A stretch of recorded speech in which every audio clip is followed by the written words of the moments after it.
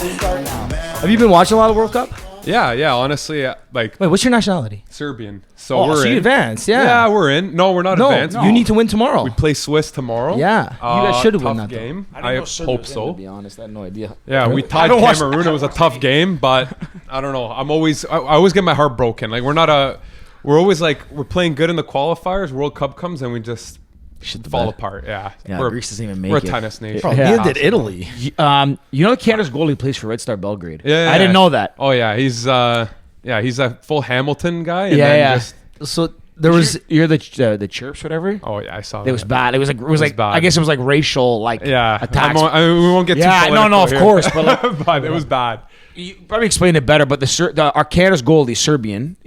Was born in Serbia, right? He was born in what is now considered Croatia, and then Yugoslavia. Then, of course, that's like my mom. He fled. My mom's family. Yeah, he fled, and then just like I did back in the '90s, his parents immigrated to Toronto. You were born there? No. But my parents, your parents, yeah, they did in the same year, thing. 94, 95, right? Yeah. So then he claims that he's Serbian because of his religion and because of his family background is, and then Croatians didn't like him, so they kind of racially attacked him. Especially because of what Canada said too. It probably like stoked the fire, eh? Yeah, it did. It kind of it was like I don't know if you saw that. Did you see the Croatian newspaper? Well, no, I just saw the headline from what's his face, the Canadian coach, where it says we're gonna F Croatia up. Yeah, the Croatian newspaper did a Photoshop of him naked in the newspaper. Yeah. On the cover. And said there, and it wrote in Croatian. It show was us like, show us your balls if you're gonna F us. Like you don't have. And then Croatia just stuck it to Canada. Yeah, they put like a Canadian flag, I think, blocking his like private. It's like obviously a Photoshop. It's not him. Yeah. But like they put on the cover. That's how different like Europe is, man. Oh, Europe, soccer's life. Yeah, but it's not even. It's just that they don't the way the news and the media will say things. Like you'll see newscasters full on argue with each other on the yelling at each other on the news. Like no, what's the word I'm looking for? Being politically correct. Yeah, no. It's just like it's just out in Europe. It is or it isn't. It's like there's no in between. I mean, some people love it, but over there, like fans stab each other over their team. I went to the derby, Rome versus Lazio. Oh yeah, that's Rome. The Roma derby. So when we came in, because we had to drive from the wrong side, so when you're driving in, you can't have your jersey on because then they'll see you wearing Roma colors as you're driving through the Lazio side. They'll key your car, they'll break your windows, whatever. So we get to the Roma side, and Rome was home this game, so they get 2/3 of the stadium, and Lazio gets 1/3 of the stadium. As we're walking, there's like, don't bring your stuff until you get into the stadium where you're surrounded by Rome fans, or else like you could just get attacked out of nowhere. They'll come out of the fucking bushes and just beat you. Yeah. I'm like, it's what crazy. the fuck? They would, when they leave the stadium, they have guys on mopeds holding knives alongside their legs, and they'll drive through crowds of people and just like slowly stab, or not slowly, I guess fastly slicing people. No, they're fucking nuts wild, over there. man. They Steph, live and breathe that stuff. Tell the story about when you and B went to the game in Serbia. Yeah. I took her You guys to went the to a game? Yeah, I took her to the Belgrade derby. So that's the two biggest teams in Belgrade, like Red Star and Partizan.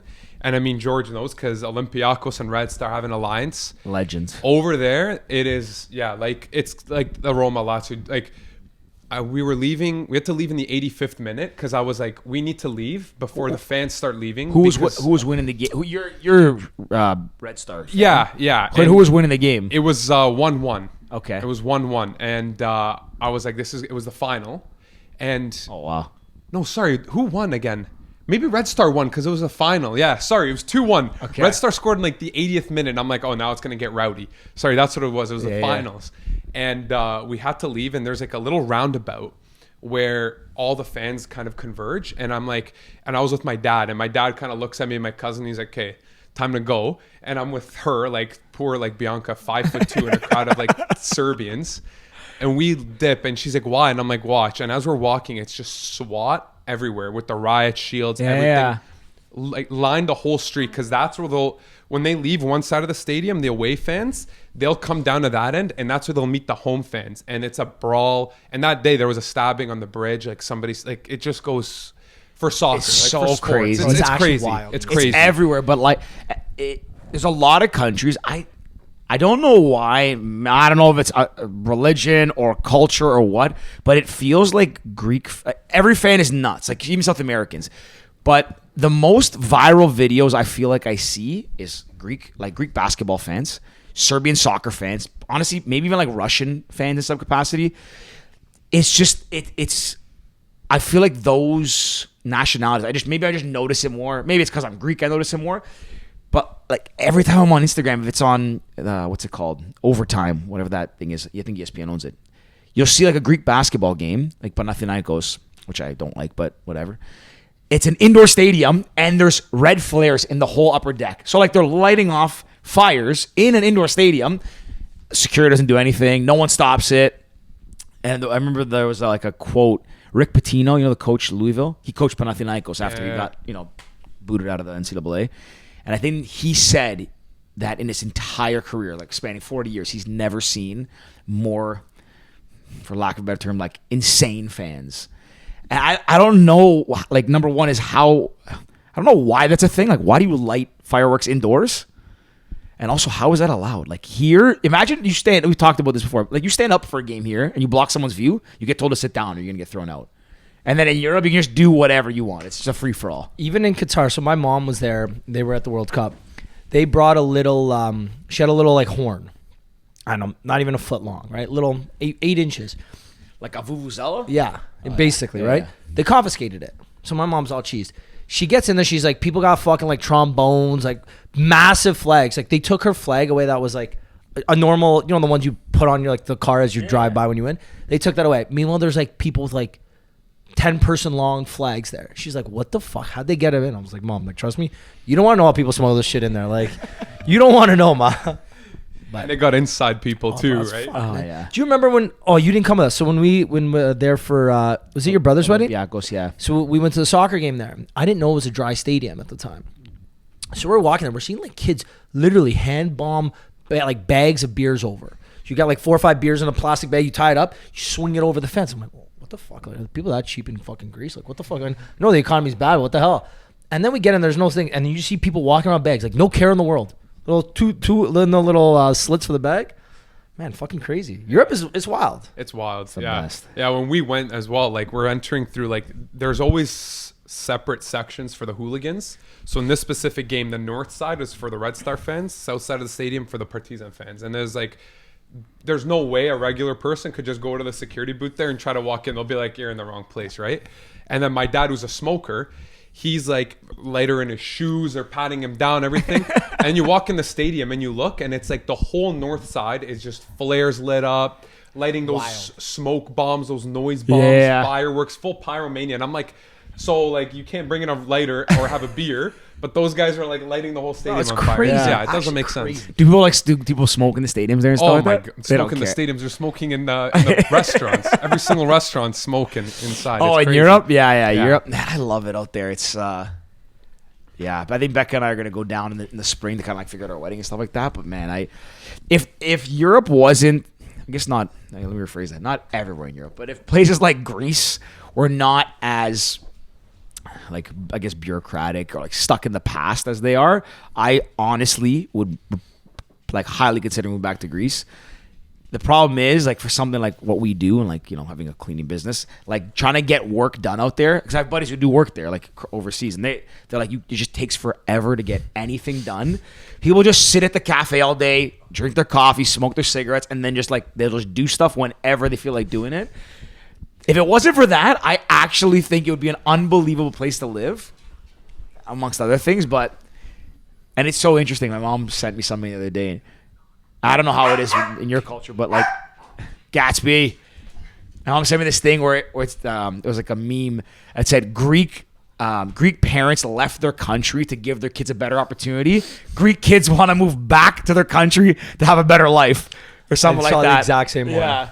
And it works for every country in Europe, I think. Right? Like, we come here, we have such a good opportunity to make money, start businesses, do whatever, but we go back there and it's like, oh my God, it's so fun. Yeah. Like, it's so fun. The thing is, the lifestyle out there is completely different. Here, it's like the rat race. People just like hustle, bustle, like always going, always moving, always trying to like make a buck. We're out there, it's like, okay, cool. Like, I got my little farm. I've got enough to keep me going. I'm happy, My kid's married. He's got a little house down the street. He's happy, like, or he or she, whatever. Yeah. It's just different mentality. Okay, question for both of you. If you had, like not saying, rich and you move back, but like if you had enough to live comfortably you had a family, you're like 40 or something, whatever, and you had enough to like live comfortably and probably find a good enough job to like live out the rest of your days comfortably back in your country and provide a good life for your family, would you move back to the country of your origin or one of the countries that you're from? Like, would you ever move back? I'll let you go first. Yeah, I would. Yeah? Honestly, yeah. I even thought about it like when COVID hit and I was 22, whatever it was. And my dad retired. I moved back, right? And I was like, you know what? If this job doesn't how old work are you? out, I'm 25. Okay. Yeah. Good If year. this job doesn't... Great year. One of my favorite years. 20. That's a great number, too. I was born on the 25th. Great number. Great number, great year. Yeah. Great number, great year, I great hope guy. it's a great year. I hope it's a great year. I still got a little bit to go. Go ahead. But sorry. I was honestly thinking, I'm like, even if I could find this exact job for half the money, I would go back. Come on. Because it's just like you don't need much to live there. You don't need tons of money. You know what I mean? You just need a little bit. Yeah. And the lifestyle is just, I don't know. I kind of just I was a bit annoyed here. I was a bit frustrated with like Canada at the time here, but whatever, we're out of it and now life's good. I wouldn't move back now, but yeah, to answer your question, at 40 with enough money in the bank and to kind of where you could still, like enough where you could, sure, you still would work a job, but you'd have enough that if you want to take a vacation once a year, twice a year, you could. For sure. Yeah.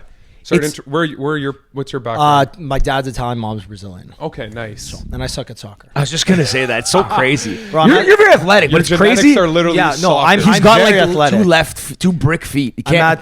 He's fast, but he can't. He can score some goals. I'm decent now because I'm still athletic and like I'm in good shape. That's the only advantage I have. Other than that, I suck. I was at this event today and we're watching the World Cup. This Russian guy's telling me how he like played soccer with one of the Russian guys, and I was like, "Okay, cool, bro. No, you didn't. Like, you wouldn't be here right now, right?" Yeah. So he's like, "Oh, he's like, you look like you play soccer. What's your name? What's your background?" My time is like, "Oh, you must be good." I was like, "Fucking opposite, bro. I suck. I literally suck. The only time I score goals when like I'm just in the right spot and the ball hits me. Yeah. Like, that's it." You probably could have been really good. Like No, I played you as a say you kid. could have because like I've seen you play like men's league. Like you have the awareness of where to be in the field. Yeah. You just can't like I can't you like a ball could come to your foot in open net and you'll put it over the bar. Honestly, yeah. But other than that, you don't know the game. I'm just fairly athletic. And Yeah. yeah, I know the sport, right? But I played it. But would you move back to any of your countries? And which one? Yeah, and I'll be more specific too because Italy and Brazil are very different. They're big countries. If you move back, which city would you go to? I wouldn't. I wouldn't. Shuts down all questions. Yeah, I don't get me wrong. I love both of them, and they both serve a very like amazing purpose. Like Brazil is a gorgeous country, but like there's no middle class. It's like either you're rich or you're poor. Like here, you have in North America. I feel like the middle class is very common. Let's say I don't know, maybe I don't know how many people fall into each class, so I don't want to guess. But there's a solid middle class here. In Brazil, it's like. You drive by like they call them favelas, and they're just like shaggy towns on the side of mountains with thousands and thousands of people. Like we have like a couple hundred in the parks here, and like that's a big thing for us. In there, it's wild. Like, and it's all like gang, drugs, and like fucked up shit. So, and then again, you have the rich side of it too. But yeah, of course. For me, Danny, can you look up like what the percentage of population would be considered middle class in Brazil? I'm curious because like, people say this too.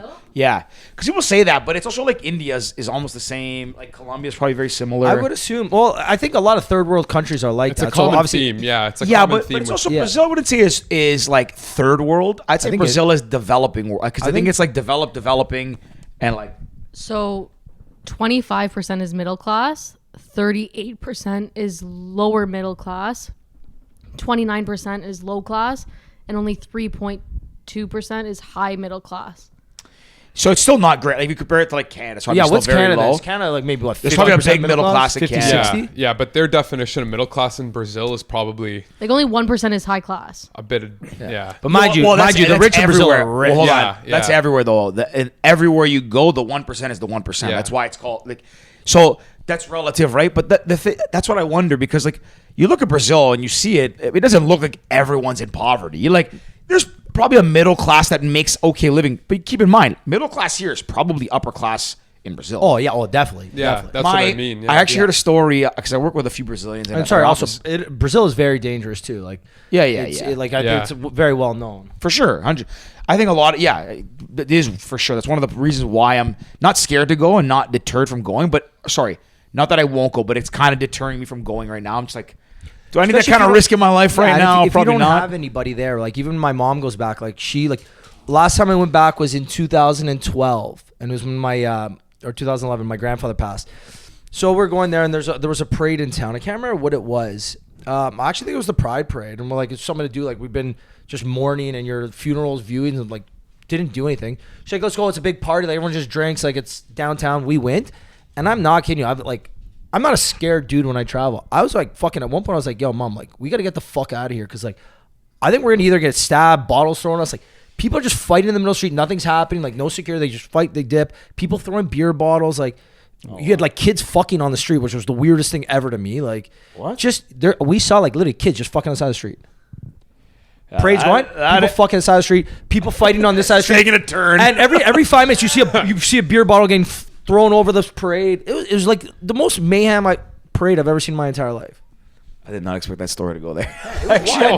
Why? Okay, I'll put it into perspective though. Canada's middle class is 58% of the population. And you said Brazil was like 25. Yes. So it's like, it's a significant amount. And the numbers are a bit skewed because our middle class is definitely a different definition than their middle. Like our upper class, like that's 10% of our population. But you see, and our middle class consists right now, according to Trudeau, what's 10? Upper middle or lower middle? Upper income is 10%. 10%. But according to Trudeau, our middle class is between 45% and 120,000. Sorry, 45,000 and 120,000 of income. Defines what? Sorry. Middle class. That's between that range, though. That's a huge range. Oh my god. Yeah, that's so that's why everything's very that is skewed. insanely broad. That doesn't make any sense. The numbers stats are tough. On So that's like saying if I got an entry level job at a university, like whatever you make, but like you get your first job and then you triple your salary, you're considered the same as someone who like. That doesn't make any sense. No, that's middle class population, and that's why that's the range of middle class. That's the tax that he's trying to put on the middle. Anyways, just talk the truth. Yeah, no, we don't need to talk about that. That's bizarre. That it is bizarre. But this actually kind of goes to that what I wanted to say. I said you wouldn't live there, or sorry, when you were saying you would take a job half the salary. That's a thing that's really interesting to me. I always catch myself now when I say it's interesting. I literally thought about it. I was like, we should have a ticker on the pod, like in the top left-hand corner of the screen, where it's just like how many times George says, "Well, it's so interesting." I find a lot of things interesting to me. I actually find a lot of things interesting. I think he says it like 20 times an episode. It's a shot per. That's interesting. No, you die. You're dead. 20 shots in an hour, dead. But this is interesting to me. I'll tell you what it is. That's one of the reasons why I've considered. You had to stop him again. He was about to say. No, I wasn't. I was trying to gather my thoughts so I can be. I'm trying to be better at being articulate. One of the reasons why I've said to myself in recent years, I would, consider moving back to Greece, even if I, didn't have the same level of income or whatever, because the quality of life is very obviously different. Like it's less of the rat race, more of being around family, passing time a little slower. There's like, nice beaches. You're in Europe, so you can get around. Like you're just.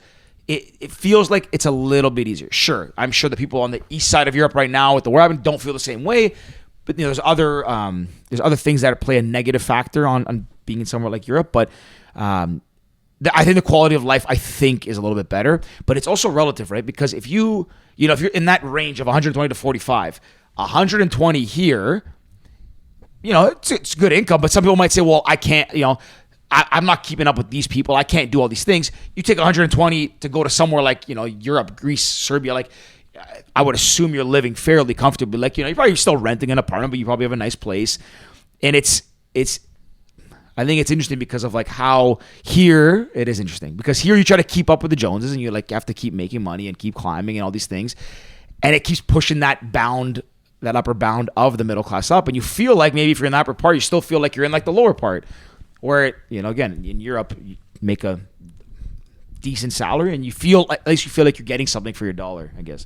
If that point makes sense. I don't even fucking know if that's interesting. On that, George, I can't remember if it was you or if it was someone else. We had this discussion and we said, like, if you make 100K in Toronto or if you make 100K in, like, that's relative. Tiny Ontario or something, right? Like, you make 100K in Tiny Ontario, it's fair to assume that, like, you're doing pretty well out there. Like, is Tiny a town, actually? I don't even know. Did I just make it? Probably is. If you're making 100K in Toronto, Canadian, or 100K Canadian in Nyata, population 500, there's a big you are difference. The king of Nyata. There's a big. Was it you? It was in London, Ontario. I don't want to say we just bought a property out there. We have a house. We bought like a smaller one like nearby, and you can't buy a car for what we got this place for. Like it's crazy. It's just like I go out Sorry, at night. I think you mean the other way around. You can't buy a car for the price we bought this property for.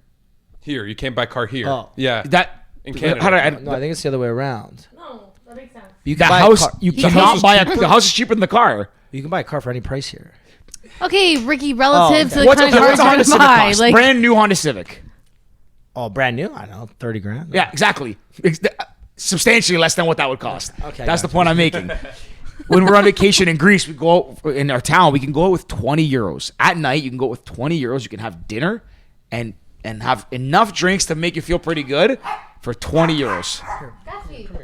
You can't even get. You can't get breakfast here. You can't get if you go to Starbucks and you want to get a coffee and a breakfast sandwich. It's about $20 probably. no, 11.29. Oh, still. Okay. She got $8. Okay. The fucking Dan. I was curious. Like, I know. I wasn't even on here. Anyways, yeah, it's definitely your dollar. Yeah, it's very different. Dollar goes a long way. way farther. long Wait, George, sorry. So would you move back to, maybe not Nyata? No, Actually, no, Nyata. no, not Nyata. I'd move to Athens? Athens, though. I think so. I think I've thought about this a lot because our buddies Dimitri and Costa. You've probably met Yeah, I them, met them, yeah. So they grew up. They're born here. He reminds me of Dim, actually, a little bit. Just like personality, outgoing, like very charismatic, chatty. He's the older one. Yeah. Yeah. No, younger. Younger. Oh, Costa. yes. But the one that looks older. Like, Yeah, shots fired at Dim. I hope you're watching. no, but even Dim's personality is older. Like, No, Costa's Really? old. Costa's a more old soul. Yeah, Dim's a young, outgoing guy. Costa's like stays at home. He's a homebody. He's wise. I always feel that Dim was older. Everyone though I always know says that he's when they Dim's meet both younger. of them. Dim's younger. Okay, Yeah. yeah, both great guys, both great. I Great gotta go guys. see them at their coffee shop. So Whenever shout you want, out. I go Yeah. all the time. The great guys. We should do a tour of it. He's gonna give me a Absolutely. tasting. Yeah, Yeah. I got his tasting number and I the tour. said Costa I'm invited lining the it whole up. engagement party to his Did he? tasting. We'll Yeah. go, honestly, we'll go. The whole Whenever table. you guys want to go? Bro, I'm free all You're winter. next to where you I'm right- work. That's what I All told him. winter. I'm Yeah. like, I'm craving good coffee, and it's right near my work. One so day when I probably go every couple weeks. When I go by, I'll message you. message me, We'll go on I'll the way. meet you there. They grew up here. Their parents were both born in Greece. So I think when they were in like their teen years, I think maybe his mom wanted to go back. She kind of missed home, so they went back and they would cut her. Dad had a business here. They go back and forth, but they stayed out there for a few years. They even to this day, I don't want to misquote them, but I'm pretty sure if I remember correctly, they say that it's like the best thing that ever happened to them because, number one is you obviously get a bigger appreciation for your culture, your heritage, the language, all that stuff. But one thing they've said that I've noticed is when you're a kid in Europe, at least in Greece, like you develop almost a thicker skin. Because kids there have a little bit of like an attitude to them, a little sense of sarcasm, where like if you do something, it's not like, oh, I'm so sorry. It's like, come on, be tougher. I don't know how to explain it, but I know exactly what you mean. it's a different sense. It's a different attitude. So you grow up with a little bit thicker skin because, I guess, for lack of a better term, like people are always taking the piss out of you, right? They'll always kind of, Always. you know what I mean. Yeah. And I think it's everywhere. I think it's a lot of places in Europe, right? I just look at the parents, like, I don't want to say this, like, but the wooden spoons and shit, like Canadians and like American parents, like they didn't do that shit growing up. Like, man, like, if I fucking got out of line, my mom, I got the beatings on the bum and stuff. Like, I don't know any like my Canadian friends, like my like Canadian friends that ever got hit by their parents. No. Like I never got bruises on my face, but man, I don't whack up a a hand. nice little slap. Yeah. Well, think about I don't know about your guys' dads. My dad used to get a fucking belt at school. Like, you know what I mean? By his European teachers. My dad, Frank was a fucking badass. Yeah, man. my dad was terrifying. Yeah, he's like, if I melted off to my parents, it's like, fuck, my dad would get slapped so hard. But as Imagine, as guys, the fear we had of our fathers. No, my mom. Oh, fuck. Oh no, me and my dad. My mom I was not scared of. I No, love my mom. For me, but my dad. Yeah. Oh my god. Yeah, like one time, me and my sister and brother were all so close. My brother and I fought more than my sister and I did. Once we got like early teen years, I kind of knew like, don't beat your sister up. It's not okay. You're not kids anymore. But one day I remember I threw like she did something and I turned around like I threw a set of keys across the house and like it cut her eye open. I like sat on the chair petrified for the rest of the afternoon thinking my dad's gonna come here and beat the shit out of me. Not actually, like it sounds bad when I think, wow, these kids got beat. But he was just like you would just know that, I guess number one is like certain things you should not do, obviously. And it made you like, I guess, yeah, a little bit fearful, but also very respectful of like, don't beat your sister up. Like you can't, there's certain things you can't, like kind of holds true through life. Like, don't lay your hands on women. Like, all these things kind of move down the line, right? It's like when you see kids at the grocery store today's day. Like, you see a kid at a grocery store just like yelling and screaming. The mom's like, hey, please stop yelling. Please stop screaming, blah, blah. Oh. And I'm just like, you know who told me the best story? So one of my exes from like a long time ago, she was Greek. So she was Greek. And so she's walking down the aisle like with her family. It was her mom, her older brother, the younger sister, and her. So there's 4 of them. So they're walking down the aisle, and like one of the kids is like screaming and yelling, and she goes, "Oh, mom, look, he's yelling. She doesn't get hit. She doesn't get hit. Why does you hit us?" And then next thing you know, the older brother goes, "Mom, look at that spoon. Imagine you hit me with that one. How much that would hurt." Shit like that. You're just like, fuck, man. If I was in a grocery store and I misbehaved, my dad would drag. Actually, both my parents would be like, "You didn't do it. You know what? Because you knew. You knew. You knew. In a public place. Oh my god. You know what's so? I don't want to go down this path too much, but like, not just me. Like, I remember seeing it as a kid, where you see the kids in the store misbehave, and the parents would like whack them in the store. And like, again, not like punching a kid in the face, but they would whack them on the back, like the backside, right? If you like, I would, as a parent, number one is I think it's a different time now. Like, I think that our parents are more old school, but I think if someone did that in a grocery store today and someone else saw that, I think there's a high probability that like the person who saw it would like call child or something, right? Do you want to know a funny story about that? I'm happy to miss. I don't know if I should say it on the thing, but I once kind of threatened my dad. I knew I was gonna get spanked for something. I was like maybe like 6. I was so young. I knew I was gonna get like a whack. And I think my dad, like, I went to like grab something or food or whatever, and it kind of whacked me in the hand. And I was like, I thought I was smart. I was like, if you whack me again, I'm gonna call child services. He's like, good. Here's the phone. He goes, yeah, good luck. See if they're gonna make this kind of dinner for you and all these things. Like, kind of like tease me a little bit, and I'd never forget that. The Russell Peters skit. Yeah, it's like somebody getting real bad. It's like, oh, Dad, if you hit me, I'm gonna call child services. Like, yeah. And in the 21 minutes that it's going to take them to get here, somebody's going to get hurt and read. That's the best skit. Bro, it's literally, to this day, my favorite. Yeah. It's so accurate across like any real call. Every kid thinks they're so fucking smart. Yeah, they think they're smart. I remember my dad used to make me, he's like, oh, I'd say the same thing. I'd be like, at school, like, I could just say you hit me and they'll like take me away. He's like, okay. He grabs me in the living room and he's like, okay, you're going to measure out 6 feet. And he's showing me, and he's like, measure out another 6 feet. And I measure out, and he's like, you see this small little square? He's like, that's going to be the size of your room. And he's like, you know how many kids are going to be in that room? About 20. And he's just manipulating the shit out of me. I'm like, grade 2, and I'm like petrified. I'm like, okay. I'm actually so grateful for the way that like my parents raised me and all that stuff. And like, a multitude of things. Like, I think that it's just, as much as I look back and like, oh, they didn't do this or know that or whatever. And like, even I work with my dad, so I see him every day, and I see like things he does, and I'm like, oh, I should do that better and this better. But like, I'm very grateful for the life that I have and where I've gotten to, and seeing, not even seeing, but now kind of understanding what they have to go through to get here for even me to be like sitting in this position. It's so crazy to think about. So when I was a kid and I was misbehaving and I would get in trouble for misbehaving, how stupid it must, like, you don't realize how like stupid it is you're acting, because you do something wrong, you get mad for being disciplined for doing that thing wrong, you resent your parents' time, and you realize later it's like, okay, now this all obviously makes sense. It's like, do you ever hate your high school principal or VP or whoever was in charge of discipline? Yeah. I remember ours was Terry Sheridan, Mr. Sheridan. And I remember when I was younger, like grade 7, 8, 9, 10. I heard Terry Sherry. Terry Sheridan. Mr. Sheridan was his name, we call him. But I remember like hating him. Like, this guy's such a dick, but he always got me in trouble. And then you look back, it's like every time I got in trouble, he would say the same thing. He's like, if I called Lane right now, how disappointed would she be in you? I'm like, she'd be pissed. Please don't call her. He's like, do you want me to call her right now? I'm like, no. He's like, just don't do it again. Get out of my office. I'm like, I never really got in trouble. And I always hate him because I thought I was getting in trouble because he threatened to call my mom or something.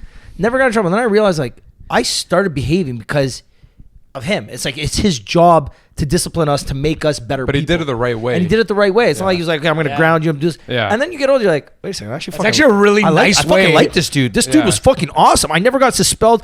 I remember one time we tried to tip the minibus. Suspelled, bro. Rick is having a tough time talking today. Suspelled. Suspended and expelled. Yeah, I know. You merged 2 in 1. That's the worst one. Bro, I'm trying to fucking minimize you know what I noticed? I talk very fast on this podcast, and I'm trying very hard. It's like when you called me for pausing, I actually am trying to stop to make sure I like articulate well. You speak, I don't know if it's recently or I'm just noticing where you speak so fast. I don't know. No one said anything. I watched the comments. No Guy one's said calling I it. speak Spelled. loud and fast, so yeah, it is what it is. No, but I remember one time we were trying to tip the minibus. It was like me and like 6 guys. We're like, if we just keep, if I'll go on this side, you guys go on that side. We're like going back and forth, back and forth. That is so Principal dumb. grabs me. Yeah, of course, it's the dumbest thing. Grabs me by the back of my collar. Let's go. I'm like, oh fuck. Sits me down. I remember he's like, what time's your mom picking you up to? I'm like, after John's swim practice.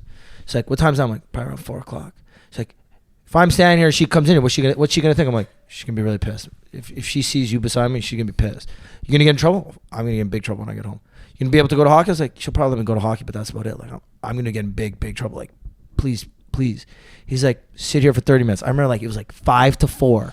He's like, mom should be here any minute. I'm like, yeah, she's gonna be here any minute now. Please, like, let me go. He's like, all right, get out of my office now. Don't do it again. I'm like, fuck. Like, I remember like shitting my Thank pants God. and like, what happened? Literally nothing. Yeah. See, mom, nothing fucking happened.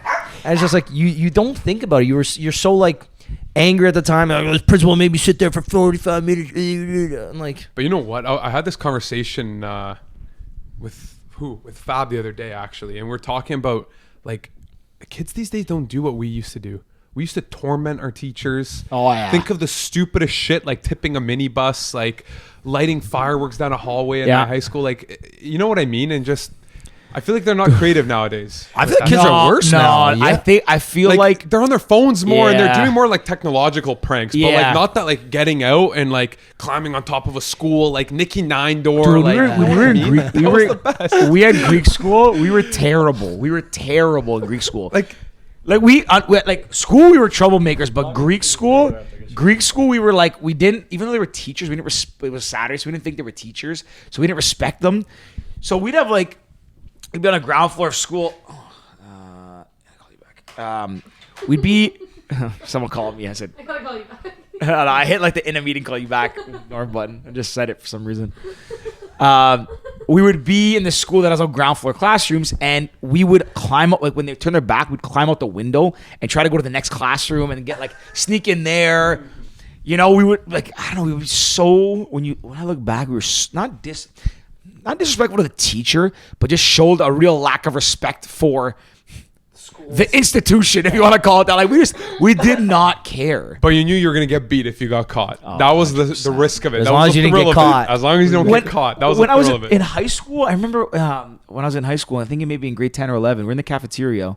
Went to a Catholic school, and the lights went out or something. The power went out, and as the second the lights went out, a garbage can. I remember. I don't. Dude, like a brute, like, you know, the brute Rubbermaid bins goes flying and hits this girl.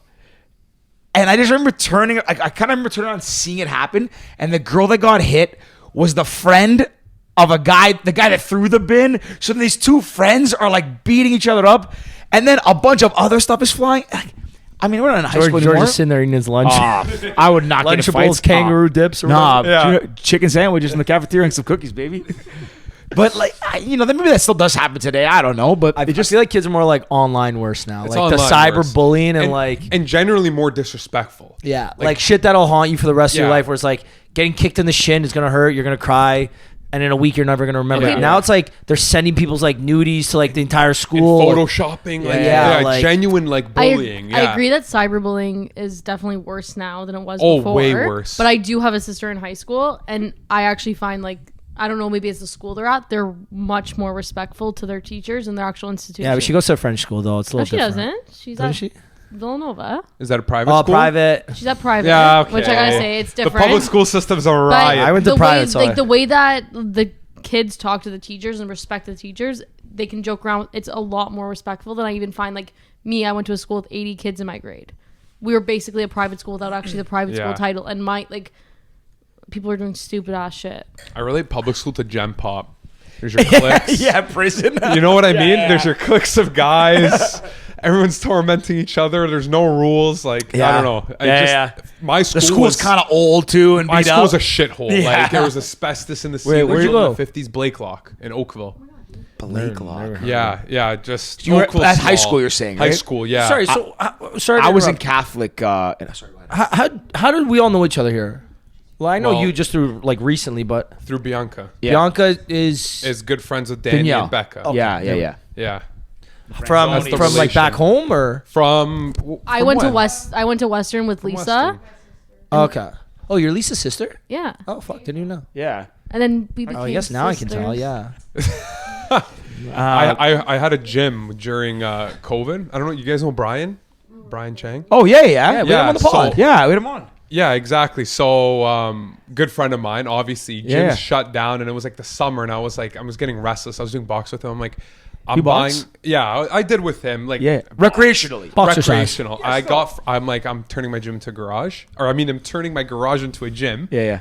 And like just bring all your clients and whatever. And then he just started bringing people. I would just meet people. It was jokes. Come on. Yeah, and that's how I got into meeting like Danielle, Bianca, Lisa, all those guys. Yeah. Oh, that's how you guys. Yeah. Oh no shit. Wait, you Yeah. guys met like. Did you talk about Brian, me? Her, Oh. like 6-7 I years didn't ago. know that. No, but that's cool. how I met them and got into crazy. their kind of. Brian came on the podcast. Yeah, exactly. Yeah, so they know. Oh, that's cool. Yeah. Shout out to Brian. I actually shout out to Brian. I messaged him a couple weeks or maybe a month or so ago. Because I box, same thing, like recreationally, just stay in shape. I really enjoy it. George, you box more than just recreational. Like you've been in a Yeah. fight and you train. Yeah. It's a little Like, different. yeah, I'm not. I mean, I'm trying to say it like. you are probably similar. Yeah, I'm doing Boxer it for size. cardio and No, just but that's what I boxer size. Yeah, but that's look what I good. mean. Yes. Do I know boxing a little bit more? Sure. But like when I do it now is the same thing, just to stay in shape because I enjoy it. I find boxing one of the hardest workouts you can do, but I don't find it hard when I'm doing it. I can go run like a 10K. And it's even though I like to run, I find it hard because it's like it's long, it's hard. If I box and I want to puke during the workout, I still don't find it hard because I enjoy it. Does that make sense? Yeah, it's interesting. It's like playing hockey. Like when you play a Exactly. sport. Yeah. Like I'm Yeah. fucking gassed on the bench and I'm like like barely you're- breathing, but you're I'm mentally- I'm you're like- having so much fun. Yeah, It's like, hey, you're I want ready to get to out go there out, again. yeah. I got to shift tomorrow. That's the thing. Even when I'm Well, you boxing, my hockey equipment tomorrow. Fuck. even when I'm boxing by myself with my coach, like I genuinely like it past the time. I enjoy it. But anyways, the reason I came up is because my coach I didn't think was gonna be able to take me on for like an extra day, so I messaged Brian. It didn't end up working out, but I watch his stuff. Like it's cool because he mixes in like personal training with the boxing and everything like that. So I gotta try to connect with him at some point. The thing about boxing when you're actually training for a fight, the thing is like I remember we used to do like boxercise together, right? But then we actually like trained a little bit more intense. And the thing is, knowing you might get hit at any given moment just tenses your body up so much more. And when you're tense trying to work, it's so fucking hard. So hard. Like I remember, it's like relax. I can't fucking relax. This dude's about to fucking hit me in the face. That's why I have such respect for like UFC and boxing. Oh my god, those guys are incredible. And it's also like, look at Tyson Fury. Like that's like literally your heavyweight champion. I don't know if he still is or not. Yeah. think One of but- them. And like, He's look won at him. belts. Like that's your peak male. Like it's your peak male. Yeah. Look at that. I watched. You know, it's funny. I watched a video last night, and I was like, I've gained some weight. I'm like, you know what? Though, look at. And I saw a video of Tyson Fury on my feed. I'm like, this guy doesn't give a shit. Like he's lost weight to fight, but he's not ripped like Anthony Joshua, and he's one of the best boxers of all time. I was like, I don't need to lose any weight. if he can be the top of his game and not looking like that, then I'm fine. But to your point about tensing up, that was my biggest challenge, even before I actually decided to do my first fight for the Fight 10 Cancer. That was my biggest thing because when people would try to hit you, you know when you watch somebody like a fighter box and they can they can parry a shot or block it or whatever, and it looks so effortless, it looks smooth. That it doesn't matter, even if you're not scared to get in a fight. Everyone is like that. Like I've never seen a guy in a gym. Not that I have a big sample size, but I've never really seen a guy. Early days of boxing, they just know how to block a punch or don't flinch when a punch is coming. It's like ingrained in you, right? It's fight or flight. Like you want to just not get hit. That was my biggest obstacle, and I was always worried that I would never be able to get rid of that because if someone's gonna punch you, you kind of just like shield up and everything. Once I learned, once I realized that I was confident in like I could kind of dodge it or block it and do all the techniques. Once I learned that, I was like much more fluid and not like flinching. And then number two is when I wasn't really scared to get hit, even though you don't want to, especially I was older when I did it. You don't want to get hit in the head multiple times at 30 years old. But like once I wasn't scared, it makes it a lot easier and you don't tense up. Like I think if I don't spar anymore, and I don't think I want to, I miss it a lot, but I don't think I want to because of, again, don't want to get hit in the head. But I think if I went back in the ring, now that I have done it once, I don't think I would be scared and like have that instinct of flinching. And it does feel really good once you know how to not like panic, it feels cool because you see.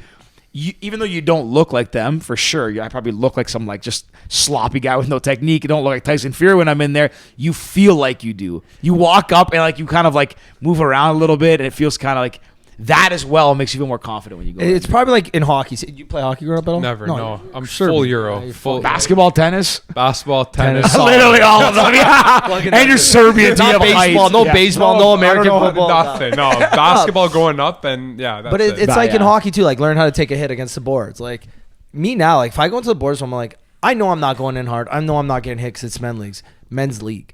But sometimes you see people like semi-pro or like amateur where they're still hitting. You're like, yo, like these guys are getting fucking rocked. Oh yeah, like, rocked. But like they're taking it, and you see like I'm like that must have hurt, but no, they get right up. Like, sometimes they don't even fall because like you know how to take the hit back, and you keep going. Yeah. That's what scares I me. laced the guy the other night. It felt so good, accidentally, obviously, but When I he dropped. When I see guys get hit in hockey, I get freaked out. That to me, I wouldn't be able to do. I can skate. I got a big respect for hockey players. Yeah. It's a hard sport. Like Watching soccer makes me respect hockey players so much more, just because like even the Canada game today, you're watching. Sometimes you see these dives, and I'm like, bro, you didn't even get touched. Tactics. And then you hear like some of these like hockey players, like you saw Vander Kane. I don't know if you guys saw the Evander Kane thing. No. So a skate cut his literally sliced his wrist. Like instant blood. Guy gets right up, doesn't even think, gets right up, runs right off the ice instantly because like that's actual like pain that could fucking You're gonna die. kill You could die. You literally could have died. Meanwhile, soccer players, like, you get a little fucking pinch, they drop this. Okay, I know. Just don't roll around. Just get down, take your little break, sit up, take your little break because that's what you want. You want your 30-second break, breather. and they want to waste some time. That's like, it. Yeah. Come on, but don't like even Neymar. Like, fuck, I love Neymar. Brazil and these guys fucking your guy. a stud. But even sometimes I'm like, bro, like you make me hate soccer watching you play. I know Sometimes. a lot of people. I get that at work a lot. Everyone's like, now the World Cup's on, and people are watching soccer, and they're like, I hate this sport. I'm like, And it's such a beautiful sport. I love Like, it. I it's love so the sport, but I get the argument because Yeah. like in a country where hockey's like the best hockey, football. and the main sport, and these guys play it, and they're just getting hit on the boards, and like, yeah, it's completely different, night and day. Do you work with a lot of Europeans, like a wide variety of ethnicities? Like, wide variety. Do you guys have World Cup pools or anything like that? Or Yeah, I'm in a World Cup pool. Nice. Terrible. Doing terrible. Pick Serbia to win it all. I picked eh? Brazil to win it all. Actually, shout out Brazil. Brazil I looks think good. they look really good, so I picked them. I'm in a fantasy football pool, like hockey pool. You know what I mean? It's fun. Oh, you guys do that all through work and everything? Yeah, Oh, everything cool. through work. Somebody organizes it, and then we just go. But our work has a crazy hockey culture. Okay. That unfortunately I'm not a part of, but like we have full blown tournaments. Like 4 years ago, 2018, they went to Russia. Like What? Team Canada of people in my Airports. company versus like Russia, the Americans go, Czech Republic, Really? the Swedish guys, and then like this year it's in Vegas. That's And it's so full sick. tournaments like World Cup, but it's only hockey for whatever reason. Like and it's fun, and like I want to go as a coach because I want to go to Vegas and I want to try. But I wish I played more. Have you stepped foot on ice? I have skated before, but I don't feel comfortable playing these. Like we have a lot of guys that played like Take it serious. NCAA Division I hockey. Like I know 3 or 4 guys that are like legit. That's like in my it's same thing kind of in my industry. Yours where, is like, big, actually. yeah. Because I played in tournaments with Sweeney for. That's like, well, Sweeney's like leasing. No, but because it's in property management tournaments. Really? So CBRE played in one. I know because we won one year. We beat Colliers, and then before we beat, I forget who, but it was like a bunch of building management companies that run it. It's kind of like the Slate Bowl. Yeah. It's very similar to that, and we played in one. It was like these are high budget tournaments too. Yeah, You're like, yeah. yo, everyone had jerseys. Do they have? Are Jerseys, these guys yeah. all really good? Like I couldn't hack it, eh? Well, you wouldn't have hacked it that day. No. Yeah. No, these 'Cause guys I- are I legit. could- yeah, they like, take it serious. Sweeney wasn't like, the best guy on the ice, like to put it in perspective. Like and Sweeney He was used in to be like the really middle. good. Oh no, Sweeney's like upper half because he's like Yeah. He was like a good- So that's Yeah. what I'm trying to understand because that's what like to same thing. You're in not my bad, industry. George. You're not bad at all. I could like if have I a play with shot the, and you- if I play with the boys, I can get on the ice. But if you tell me how to do a breakout and shit, like I have no fucking No, idea. I'm just a body. I'm like Yeah. I'm a pylon that can. You're move. like Timbits hockey. Yeah. I'm literally a pylon that can move. That's it. I No, can you have a good skate. slap shot. You have a good slap shot. I do have a decent slap Yeah, shot. those guys try to get me out there to they're like, be a defender and just try to lay people out because you're 6'4". feel I'm like I like, should play maybe it. I could do that because I know how to can play ski, tomorrow. but- I play every Friday. We're short guys every week. And you would fit in. No, you would fit in. I'm the best player on the ice every week. Really? I'm top 3 as a player. So I would be like not the worst. You would fit in. You would fit in. I'd probably be the worst, but not by a lot. No, you would fit in. Really? Greek hockey player. Fuck, now I kind of want to fire it You up. want to play tomorrow? I got to get my shit all together, but I'm going to get some hockey gear. I'm kind of down to start playing. We play every Friday. We have 3 Fridays left this year. So we have tomorrow, the next one, and then the 17th, the 16th or 17th is our last one. You play in the new year? And then we play everything. It was, you know how much it cost? It was 26 weeks for $400, which is unbelievable. It's like not even $20 a skate, not even $15 a skate, I think. And the best part is, after week 2, he gave us all back $80. And we're like, what's this for? He's like, well, we had a couple more people signed up, so the price went down. I'm like, it went down that $80? He's like, yeah, I always ask people for more. Use it for beers or something. Like, we paid $320 for 26 weeks. Even when you miss it, you don't even feel bad. And we got guys every week. should get into it. That's one of the things. If you want to come and play too, come. I picked up golf recently, and that's frustrating enough. And now I got to pick up hockey. No, golf is way more frustrating than hockey. Oh my God, most frustrating sport because golf is, you know how to do it. It's so easy. It's so fucking easy in your mind. You visualize, and you're like, this is the easy. Are you kidding? I can smash this ball 350 yards. It's so easy. And then you go and it's like, just because your fucking blade was like 1% degree off, millimeter, boom, slice left. Most you're like, frustrating what thing the ever. fuck just happened? Or you're going to putt, 4-foot putt. You're like, this is so easy. I could easily putt this. Nope. Yeah. Push it left. Yeah. You ask me? Couldn't read the green. No, it's Golf's crazy. hard. Golf, I've played since I was 5 years old. George, You're a golfer. My first set of clubs I got was my dad's. He had like an old pair of, or old set of, I can't even remember what it was, but he cut them down and put them in a small bag for my siblings and I. We shared a golf set. We'd go play a 9-hole course with him after work. And I can't remember, but we probably sucked back then. But yeah, we kept playing. The one that's weird about golf, the one that's interesting about golf, is doesn't matter. It never gets easier. You get a little bit better, like progressively a little bit better. I shoot probably mid-80s now, and the game is still as hard. Like every shot I take, not every shot, but for the most part, you have to still remind yourself of like the technique, how to do it, how to line up, and you could be like myself. I think I'm a 12 handicap or something, so it's kind of like mid-80s. There's days where I go and shoot 99 still. So it's the sport where every sport you can have an off day, but if you're Ronaldo, you're not going to be Ronaldo to somebody on the Moroccan team, the worst player on the Moroccan team, let's say. No offense to Morocco, I'm just trying to pick a team that doesn't have the best players. I don't know. You're not going from that to that, right? In golf, you can go from that. Tiger Woods is Tiger Woods, but it's like that. The front 9, you shoot a fucking 37. You're feeling great. When are you shooting this 37? No, not me. I said you're like people. Generally. Yeah, and then back 9, 51. You're like, how did I go from that player to that player? Just next hole. Yeah, it's actually crazy. Or like you fucking shank it into the water first shot, you still end up with a par. But yeah, that's why it's like how the most frustrating. Like for me playing basketball, it's like okay, free throw. It's easy. I'm gonna go practice my free throws. I get consistent at it. In the NBA, guys shoot 80%, 90%. If you're good, right, like a guard. Who does that in golf? Every tournament, major tournament, there's a different winner. Yeah. There's not a different hole placement. Everything's completely different. Like tournament in every game you play, everything's changes. The wind, the weather, how you feel, like a random dude to win the Masters. And you get fucking John Daly hacking darts, drinking beer, and fucking crushing it. Yeah. I met. I didn't like meet him, but I remember I went to the Canadian Open when I was like 10, 11 years old. I was pretty young. It was, I think, Angus Glen, and he was at the driving range. I remember that I used to think he was cool because even back then he wore flashy pants, had the mullet. So I was a kid, I thought he was cool. And I remember we saw him in the driving range, and he had a sand wedge in one hand, had a cigarette in his mouth, and a Diet Coke in the other hand. And he was just hitting shots with one hand that I would hit with two even today. Like just knocking him out there, taking the cigarette out, talking to the crowd. I don't know if it's true. I think I saw it on Instagram or TikTok or somewhere. It's like he has 2 packs of cigarettes and 2 6-packs of Diet Coke per round. Oh, for sure. That's for sure real. That's peak male performance. And that's peak male performance. You're like, what in the world? Like, imagine being like Dustin Johnson or Tiger Woods, like you're hitting the gym, like working hard, and this guy's hacking darts in the fucking tee box beside you. But that's what's interesting about golf.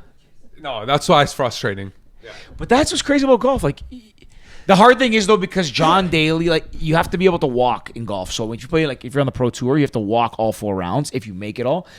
Whereas someone like John Daly, as you get older, I'm sure that gets a little bit tougher. If you're a smoker, you're crushing Coke or Diet Cokes, walking. How many holes is that? Guys, 70, Diet Coke 72? is great. Don't trash Diet Coke. The worst. DCs, I love DCs. Okay, I got a question. Oh. Okay, go. Ask your question. Like, I don't want to say it. It's not. Say it. No, it's not political. I shouldn't say it. No, I no, can't say say it 100%. it just feels like Diet Coke is like a drink that people drink that's like. How can I say? I'm not saying. No, I'm not saying. that you would assume that bigger people probably drink because there's no calories. Yeah, but why not drink Coke Zero? Isn't it I healthier? personally, no. Well, there's no aspartame in Coke Zero, so yes, it is probably technically healthier. I do not like the taste of Coke. My mom doesn't drink coffee, and there's more caffeine in Diet Coke. So when she started drinking Diet Coke, that was just always around our house. So then I started liking it.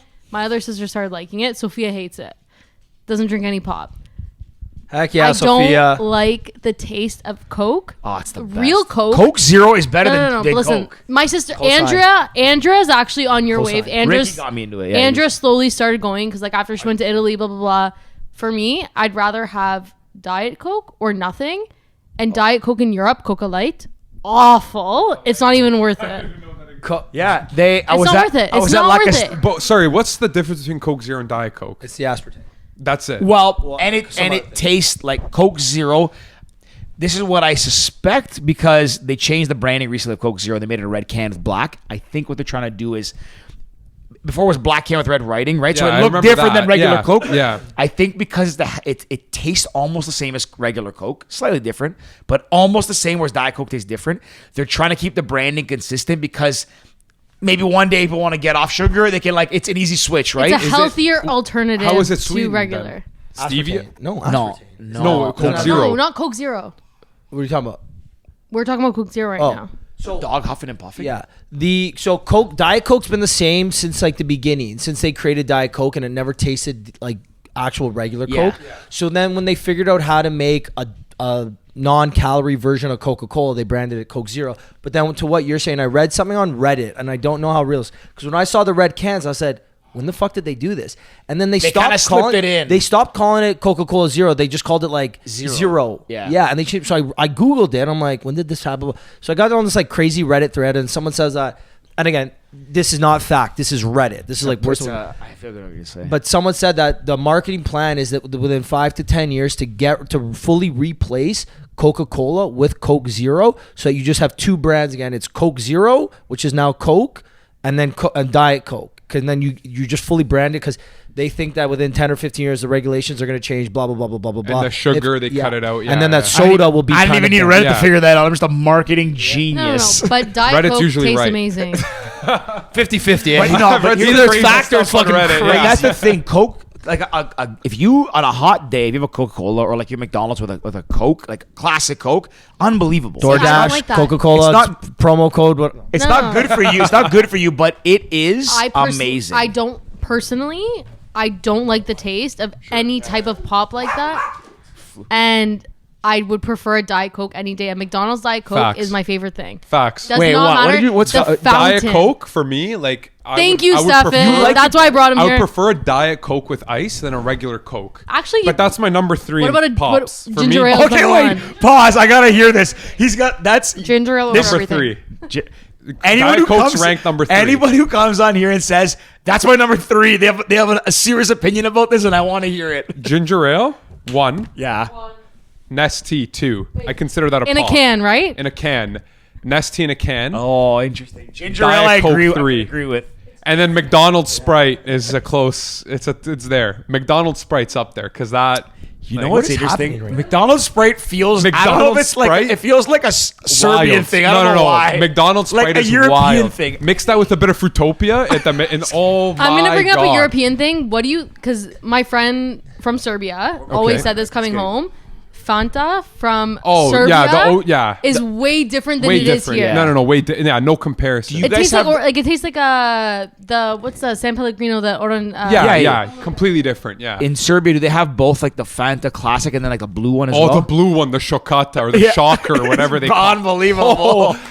It's like not. I don't know what's the difference. It's more like it's not as fizzy. Maybe it's like you know what it is. I think the flavor is like, I could be wrong. Mint or like maybe some it's sort of different. plant. And that Isn't it like clementine warm? Maybe it's different in the Serbia. blue one? The like blue a one light that we blue though, have? like a light blue label. Oh, that's all right. Fuck it. Yeah, light blue. Yeah. I don't know that one. That Okay, one's wait. top Ginger notch. ale, though, I agree with. I'll go back. So I on. still think Coke Zero is probably the best. Ginger But, ale's the best. so actually, let me rephrase that. As a pop, like calories aside, whatever, ginger ale is the best. It's actually like, because I don't know about you guys. I would get it. Now, my parents would never really buy it. I would always go to my grandparents when I was sick, and they would give me like a soup and ginger ale. Ginger ale when you're sick. Always ginger ale because it has ginger in it, right? Every time. Yeah. It's actually really good, and it's kind of like a comforting drink too. Like if you're hungover or you're tired, you're kind of having like it's a gloomy day, a ginger ale cold. If my stomach hurts, I still go right to ginger ale. Come on. If I eat a heavy meal, I'm like, oh, like that was bad. Right to the ginger ale. No, I That's actually kind of funny. Oh man! And then when I started dating Bianca, the wine, you know, like just you finish a little bit of wine, you know, and then you're finishing dinner up and just dump that ginger ale in the wine. Really? The best. I've heard of that. The Yeah, best. I know Gingerello this e one. vino, the best. I've heard never this heard one. of that. Oh my, game changer. Especially with like a wine that's like, it's a $11 bottle of wine. Yeah. Get some ginger ale in there. Or 50. Come on! Did you know? I also saw this on Reddit too. That the Coke syrup from McDonald's is different than Coke syrup for a lot of other places. Well, it's the best one, so you know what? That- They won. McDonald's one? Yeah, Yeah. the McDonald's Coca-Cola syrup for their fountain drinks, whatever, is different than the rest of them. Again, this is Reddit. I don't know if Do you this know is. why that is. I don't know because that's a lot of people always say that McDonald's fountain drinks are the best. They're very. There's something about them. There Okay, is. so now is there something about it, or is it just because we think that because we were kids and we grew up and we loved it, blah blah? I know what If you're you put saying. it side by side It could with, be. let's say, Burger King, Coca-Cola, I think or so. are they Pepsi? I think it's Oh Coke. yeah, say? I have no idea. Burger King, is it Coke or Pepsi? I think it's Coke. Whatever. Let's say if you took a McDonald's I understand. Coca-Cola Yeah. and a thing Coca-Cola, I don't know. do they taste the same? Because I Wendy's is pretty up there, but not as good as McDonald's. was just gonna say Wendy's. I had Wendy's. I had a Wendy's. Wendy's Diet Coke yesterday because it was the only thing on my way home from work. Okay. And I was like, okay, this is fire. So you just asked the question. This literally was gonna say I had Wendy's earlier this week. I got a chicken sandwich and a Coke Zero, and it was actually like almost the same. It was like very refreshing. It was like good. And if you put them side by side, I don't know if I can tell the difference. To McDonald's, you think so? Actually, we're gonna do a taste test on here Danielle one day. has never talked so much on an Blind episode. taste Because Set I've it up. never been so passionate about something. McDonald's Fountain Diet Coke is way better than anything else on this planet. And then Diet Coke also in a can versus a bottle. But Yeah, bottle's never good. the best is the glass Actually, bottle. ginger ale in a bottle's not bad. Glass Glass bottles is primo. Elite, but McDonald's Diet Coke Fountain is still better. Yeah. Have you ever had Guaraná? No. Oh, It's this Brazilian. good. It's a Brazilian pop. It's kind of like a cherry ginger ale. Anyone who loves ginger ale, I always tell me you got to try Guaraná. These guys You've are- tried it, right? I think so. I It's don't really good. You get it here? You can, at Portuguese supermarkets. Okay. remember. Specialty places. Sumo. That's the only Portuguese. I know sumo. Sumo. Wait, guys, hold on. The Sorry, contractor drink of choice. I just googled this. I just googled McDonald's Fountain Coke. The first article. This is why Coke tastes better at McDonald's than anywhere else. So you guys chat. I'm gonna read this. And Okay. I'll dissect it for you. Okay, I got a question though. Have you ever had cranberry ginger ale? Yeah. That Try all the is- specialties. Okay. He's the guy that goes to the store. You know when they got those specialty Coca-Cola? Blackberry, cranberry. I got them all at the house. Wait, have you guys seen? Hold on. Let me finish this point. What I was gonna say was I bought Diet cranberry ginger ale, which I thought I would hate. Shockingly good. Shockingly very good. Mixer as well for liquor. I gotta get some. I gotta bring some to the house. Weird thing though. Have you guys gone to the store recently and seen that there's like Dr. Pepper, different flavors, and like there's a bunch of like random flavors these days. So there's like Dr. Pepper, used to be Dr. Pepper. Now there's Dr. Pepper blackberry, Dr. Pepper cherry. There's like Coca-Cola has vanilla and then vanilla light and then Coca-Cola cherry light. There's like a million different things you can get now. Yeah, it's too much. It's getting Too much. Like those, those Coca-Cola freestyle machines at the movies? Yeah. Anxiety. Too crazy. Too many options. I just go Coke. I might spray a little Way cherry. too crazy. I'm there for 20 minutes. Like, try it. I was gonna say, I'm like, that's so what you probably do. Okay, you guys want to know why Coca-Cola tastes better at Tell us. McDonald's? So it's the syrup's the same. It's how they transport it. So most people get it in plastic bags, where McDonald's gets it in steel tanks. So you know they go through volume. Steel tanks. Well, it's kind of like the idea of like bottled beer versus keg beer, right? Yeah, a little bit different. Yeah. Then also, both the syrup and the water go through a proper filtration method. It gets pre-chilled before going into the soda fountain. So then it's also the dispenser's a little bit different, and insulated tubes to deliver the liquid from the fridge to the fountain. You learn something new every day. So it's not the syrup, it's the... Guys, we're gonna talk about like obviously what you do for work and everything. We have not talked about that at all. It's been an hour. We're an hour? Yeah, I was wondering. So I'm like, this episode's flown by. But I had a feeling because I was trying to think about everything we've talked about. I'm like, we've definitely been going for a while. We're just chatting. Yeah. Whatever. That's what's good about that. That's what makes a good podcast. 100%. Do you have a time limit? No. Yeah. No. I mean, What is not it? tonight. No. Do we? Time limit. Sorry, I thought you said you have a timer. No, time limit. We Like- usually go like an hour, try an not hour to go- 15. yeah, we try not to go But past when 90. we have good people, we just kind of keep going. Whatever. Well, like, not like we have it's any- natural. Okay. It's Wait, natural. you want to talk about? Let's pivot a little bit. Talk about what you do. Sure, whatever. I have a question because Okay. one thing we all have in common is we've followed in the footsteps of our old men, the fathers. Yes. So Which relates back to the Well, I didn't things know we that. kind of. Yeah, so your dad did this too? Yeah. Yeah. Okay, So I fully don't know, and I purposely, when you guys were talking about it at George's, I stayed away from the conversation. Oh, I would be surprised when we sat down. I was literally asking a million questions. Like, I save saw We something. did a podcast at your house. I literally But saw it, and I was like, I'm gonna stay away from this one. I find it so fascinating. I grew up loving all things, even to this day, loving all things airport, aviation, like planes. I think everything's so cool. Like when people tell me, the planes, like travel is the worst part. I'm like, you have no idea how to travel. Like it is part of the Yeah, experience. and you guys are both like avid travelers. Oh, so yeah, you have a yeah. different like appreciation for Yeah. it. But yeah, so obviously like you can kind of summarize what you do and everything like that, but then you followed in like your father's footsteps. Yeah, exactly. I'm an air traffic controller, so a lot of people don't know what that is, which is funny. Very I niche love job. This. I love how he's about to I'll tell you what I explain it, think, what I picture when I like knew that. I'm like, oh, it's someone who, well, not like I thought. No, this no, I knew. that's what This I is ground. thought. This is The ground first- control, whatever. First I thought you thing sit in the is- tower and just watch planes come in. Yeah, like the first thing I get is I hold pylons on the runway. No. Then when I shut them down right there, then I'm like, have you seen Breaking Bad? That's right where the next question goes. Breaking Bad, obviously Jesse Pinkman had a girlfriend in the show. Her dad crashed 2 planes, and then I don't want to spoil Breaking Bad, but whatever. If you haven't watched it by now, you're If too you late. haven't watched it, like I'm sorry. Anyways, I'm that guy who crashes 2 planes in that show. So I always say Jesse Pinkman's girlfriend's dad is what an air traffic controller is, or in like movies, Pushing Tin, whatever. But Pushing Tin. Pushing Tin, great movie. Check it out if you want to see Pushing it. Tin. No, It's I've a never. full movie about what I do. Yeah, Really? Angelina Jolie's in it, young, good looking. Billy Bob Thornton's in it. Wait, was Filmed that where in they met? Toronto, way back. This is a I don't know what Cusack, John Cusack, whatever his name is, doesn't Okay. matter. Yeah, does that? Yeah, good movie. Yeah. When good movie. what I think of when I think of air traffic control. Oh, this will always be what the first thing comes to mind. Hey, what's up, buddy? He doesn't like it. You ever seen Die Hard? You ever seen Die Hard 2? Yes. You know when they're watching on the screen and one of the guys lowers the actual they manipulate what the airplane sees, so the Yeah. runway's actually like Yes, higher than yes, it is. yeah. That's what I think of. Can I ask you, is that possible? No. No, okay. You can't just change the depth perception. No, okay. No. The good old 80s action movie, Yeah. eh? I thought that was so real. What? makes Same. sense. Let's pretend it's real. Like it makes sense. I'm like, they just hacked the system. They moved the ground. I mean, The pilot can't see honestly, it. like I don't know. Maybe in today's technology, they could. I mean, everything's tech nowadays. Like pilots, us, like everything's computerized. But I don't know if that would be possible. No. Like, it's a bit of a stretch. So how? Okay, so I'm obviously like number one. What's it like from your perspective, following like pursuing the same thing that your father did? Like, is it something you always wanted to do? Or No. The good thing that my dad did with me is he never forced me into it. He always brought me around it, helped me understand it. It's funny. I found like a book I wrote in kindergarten. It was like, when I grow up, I want to be, and I wrote air traffic controller. Come on. Which is What fucking kid writes that down on a piece But of I paper? guess first of all, I didn't know how to speak English. Like Dad, air traffic control. I want to be dad.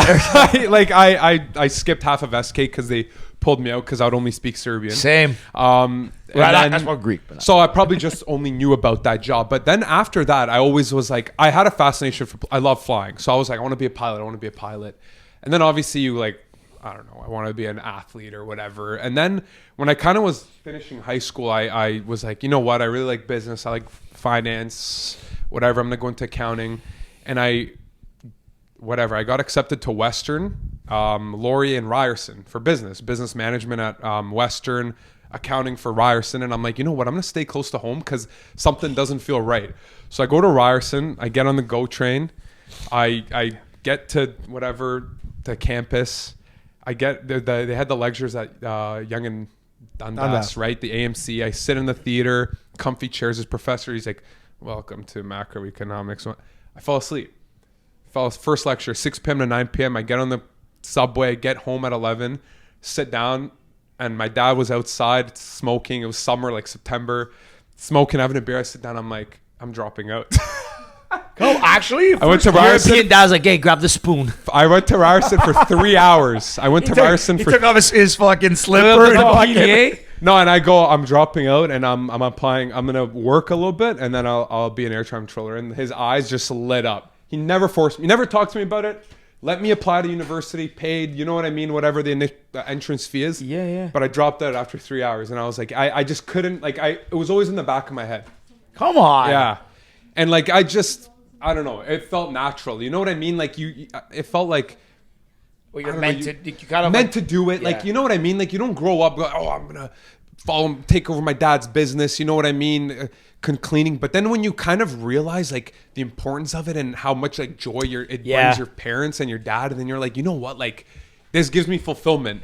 Like, it makes my dad proud, and I kind of been born into this. What you said about how you wrote, I want to be a pilot, whatever, like you kind of knew what your dad did. I was the same. I always, if I look back at like the stuff I wrote as well, literally like little notebooks, I think I used to write, I want to be a businessman. Because I didn't know what that meant. I just knew my dad was a businessman. And he's a businessman, And it's literally not even a term, man. Like, it doesn't even mean anything. No, it's not a position. Yeah, it's like, it's, you know. Like George, I just see George on Indeed. Businessman. Honestly, how much do businesmen get paid? How much do businessmen get paid? How do you apply to be a businessman? What school? What is a businessman?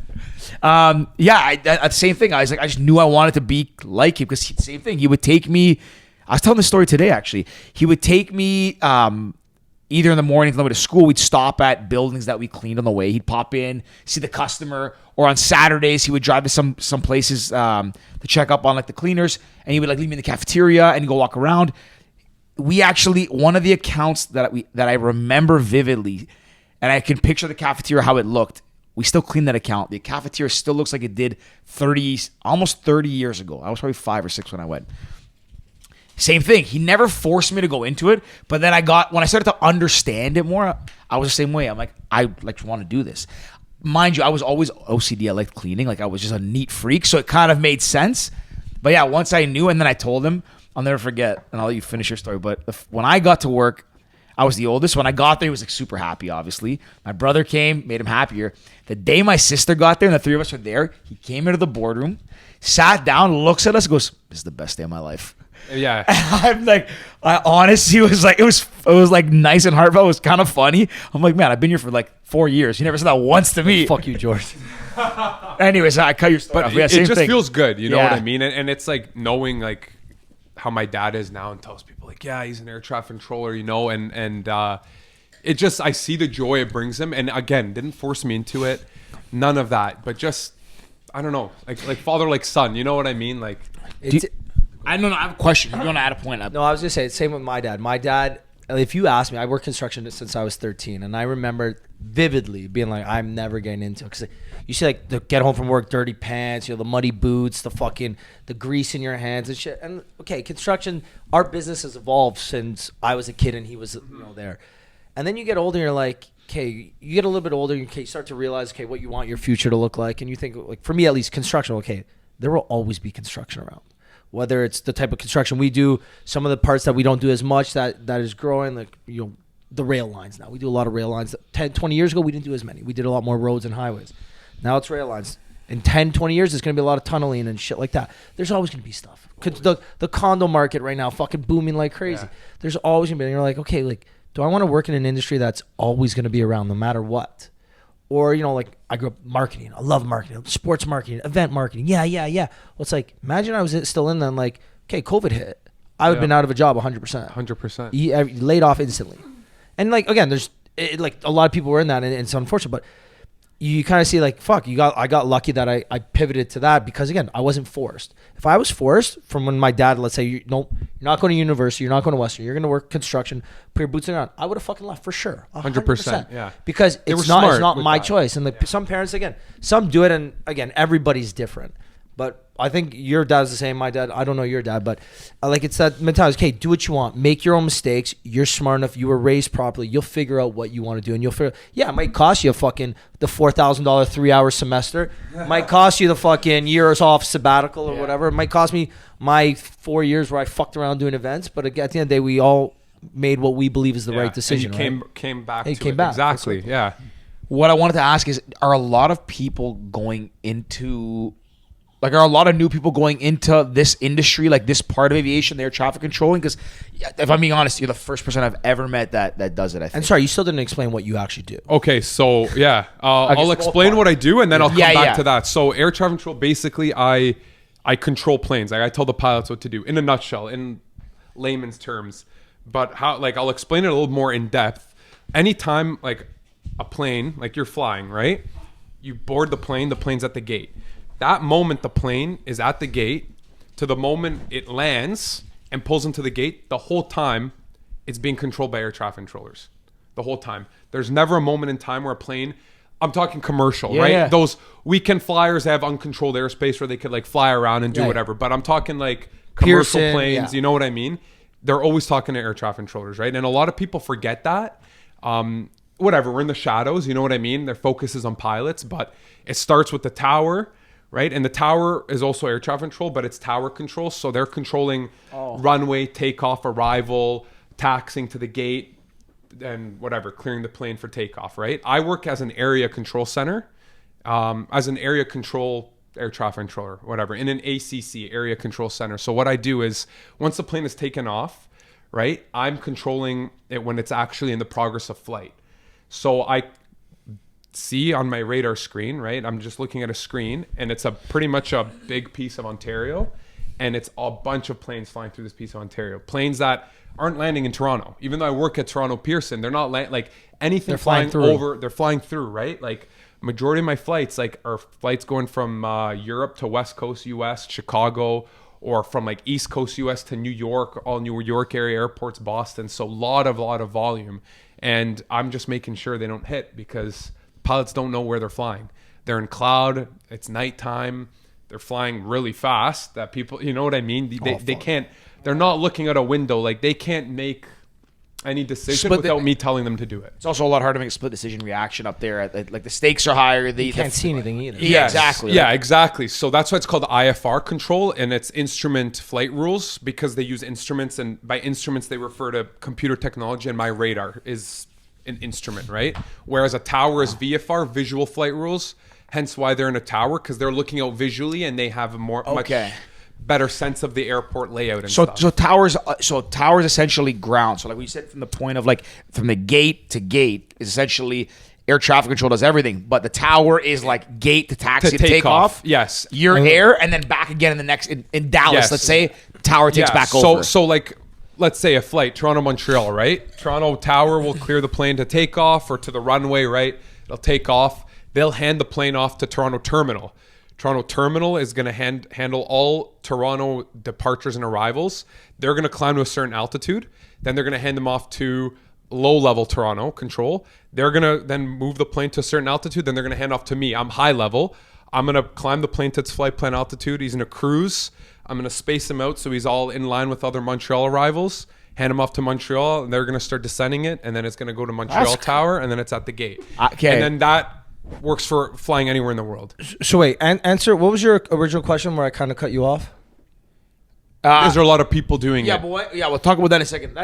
So we talked about this when we were at my condo, but you didn't explain it that way. I didn't know that it's like that many levels to it. Yeah, I didn't realize a lot of that. levels, right? And I'm a high level controller, so anything 24,000 feet and above, and that's kind of what I like. Like other people, like there's different styles of controlling. I like that, like I got all the heavy jets, you know what I mean? Commercial, like A380s, Oh yeah, 777s, and like the big dogs, a big piece of airspace, a lot of complexity, a lot of weather. Like for me, it's like it's a crazy thing to say, but I like the stress factor and I like volume. Yeah. It's a weird thing, but it's like that's what you kind of gravitated towards. Exactly. Like I love summer. Thunderstorm, there's a million planes, and I'm like literally, like we call it down the shitter. Like I love that. I live for that feeling. It's a really messed up thing to say because it's people's lives, but I love it. I don't know. Like it's just like it's fair. It's like 30 planes you're talking to at a time, right? That's crazy. So is your sorry, no, go. I was going to ask, is that what your this is a quick one. Is that what did your dad do? Same thing. So yeah, I'm specifically in Toronto. I control the east high level of Ontario airspace because I work at Toronto and he did as well. And conflict of interest, he controlled the west. So I had to go to a different area than him. And sorry, why? You can't work in the same area? Because of training. They didn't want to like. You don't want to cut. They don't want to. A conflict of interest type. You know what I mean? Like, because it's a very. Father can't train a son. Yeah, or like father's friends can't train me, and then they give me a license, and I'm like terrible at my job and cause accident. Yeah. Right? I want to ask. You mentioned that a lot of planes were coming either Chicago from the east or New York from the west. Yeah. So what happens if it's like kind of northern flights? Let's say you're going from Montreal to Thunder Bay. They're still flying through Ontario, but they're going a little bit north of you. Yeah. So is that handled by like? Yeah, it's so from like specifically my airspace is from like Lake Ontario all the way up to just south of Timmins. So if you know Ontario geography, right? So anything flying over that piece of land, 24,000 feet and above, and if I'm working, I'm controlling those flights, right? So, and every like if it's a crazy thing, but if you look at a world map, it's all broken down into airspace, middle of the ocean. Sorry, where's Timmins again? Timmins is north of Sudbury. Okay, there we go. I got Sudbury. Yeah, and then Timmins is right up there. Yeah, so like okay, so you control a big chunk of Ontario. It's east, like and then north like of the here, halfway mark. north of here, kind of gets split. Like this would be Montreal here, and that would be like Winnipeg's airspace. Well, because like there's not much. No offense, like not many flights are going to that part of Ontario. No, the only thing flying there is like JFK to like Tokyo.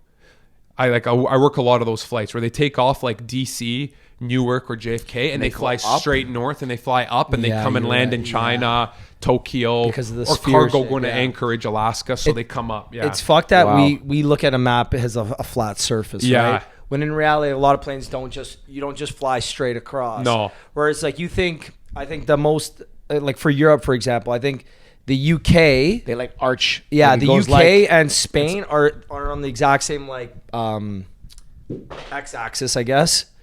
But the UK is closer because it's the way spherically. Yes, I get what you're saying. Yeah. 100%. I always forget that. I have a million questions about this. But to jump back, the first thing is, are a lot of people going into this business, or is it like, or not business, this industry? Unfortunately, businessman. Because business. Because it's such a niche job. People don't understand it as well.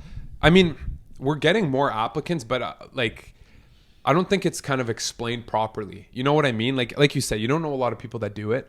I think honestly, it's one of like, if you're into that, it's one of the best jobs you could go into, like with job security, with pay, with time off, with like, to me, and no offense to pilots, like again, I know people that are pilots. To me, it's just like, it's being a pilot, but without the moving up the ranks, the flying the props, flying for Porter for 20 years before you could finally get a seat at Air Canada, like traveling all around, sleeping in hotels. Like it's, you know what I mean? You're still controlling an aircraft. You're still in the industry, in the space, but the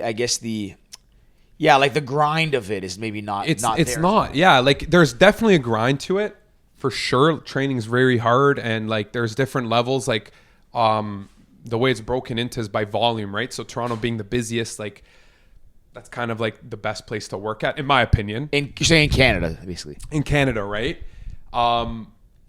So like, yes, there is a grind to it. If some people like maybe start off like in the East Coast or the West Coast of Canada and try to work their way in, I got lucky and I started right at Toronto. But I don't know. To me, it's just like it's an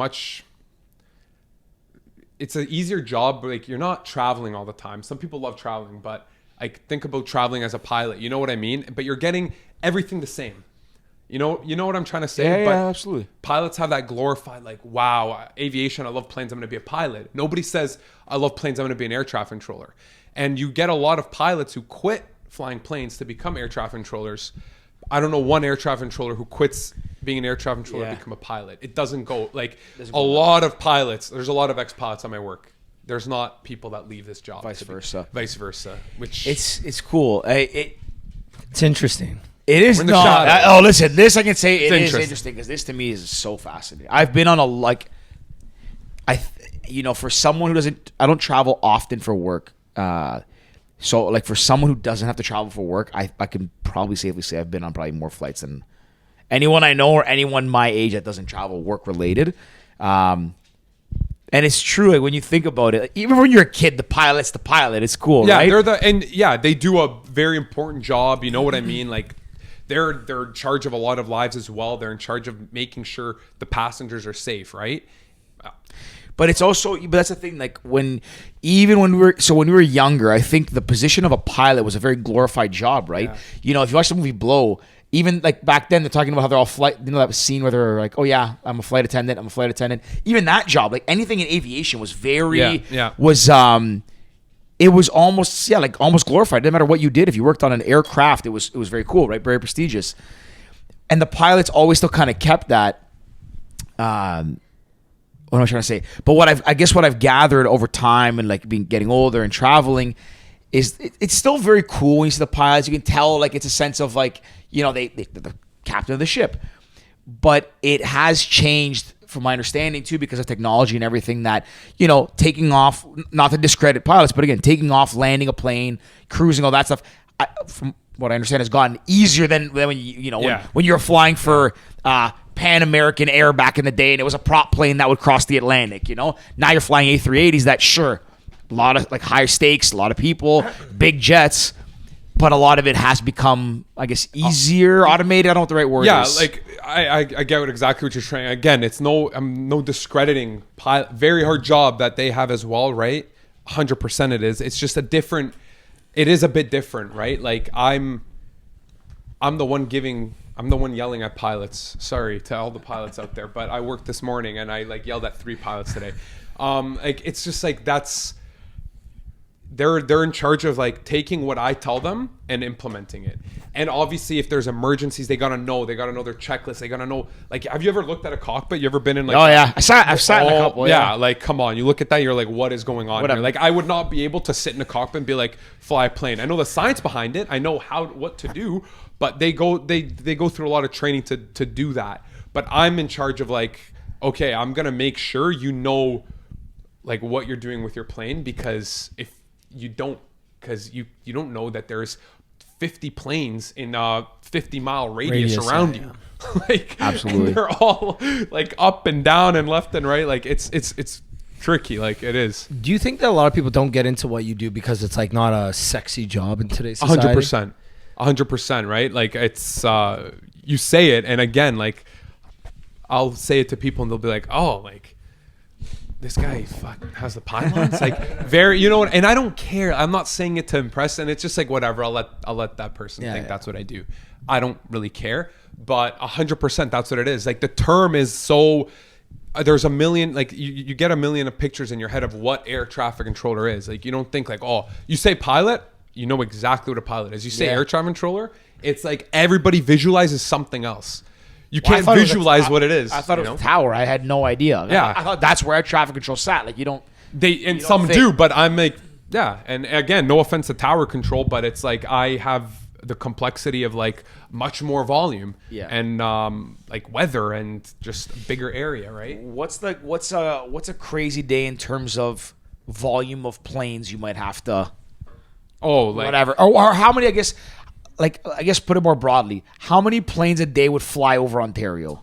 So, his region or total? Just in general. In so Ontario. I'll kind of put it. Okay, peak Toronto pre-COVID.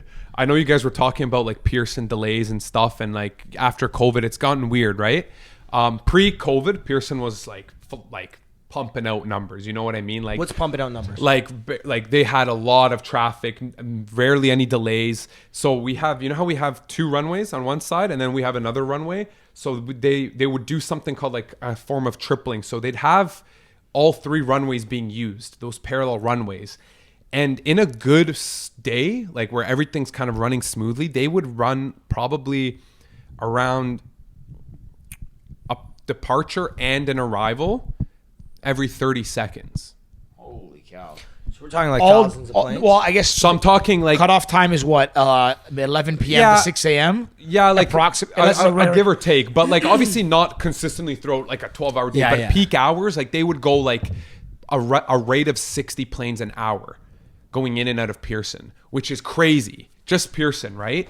And then over like Toronto, you'd get like in a busy 8-hour period, like we would talk to in just my sector, and there's other ones, right? Like 1,300 planes in a shift, and like just an 8-hour shift flying through. And a lot of them are just, hey, you're clear, keep going.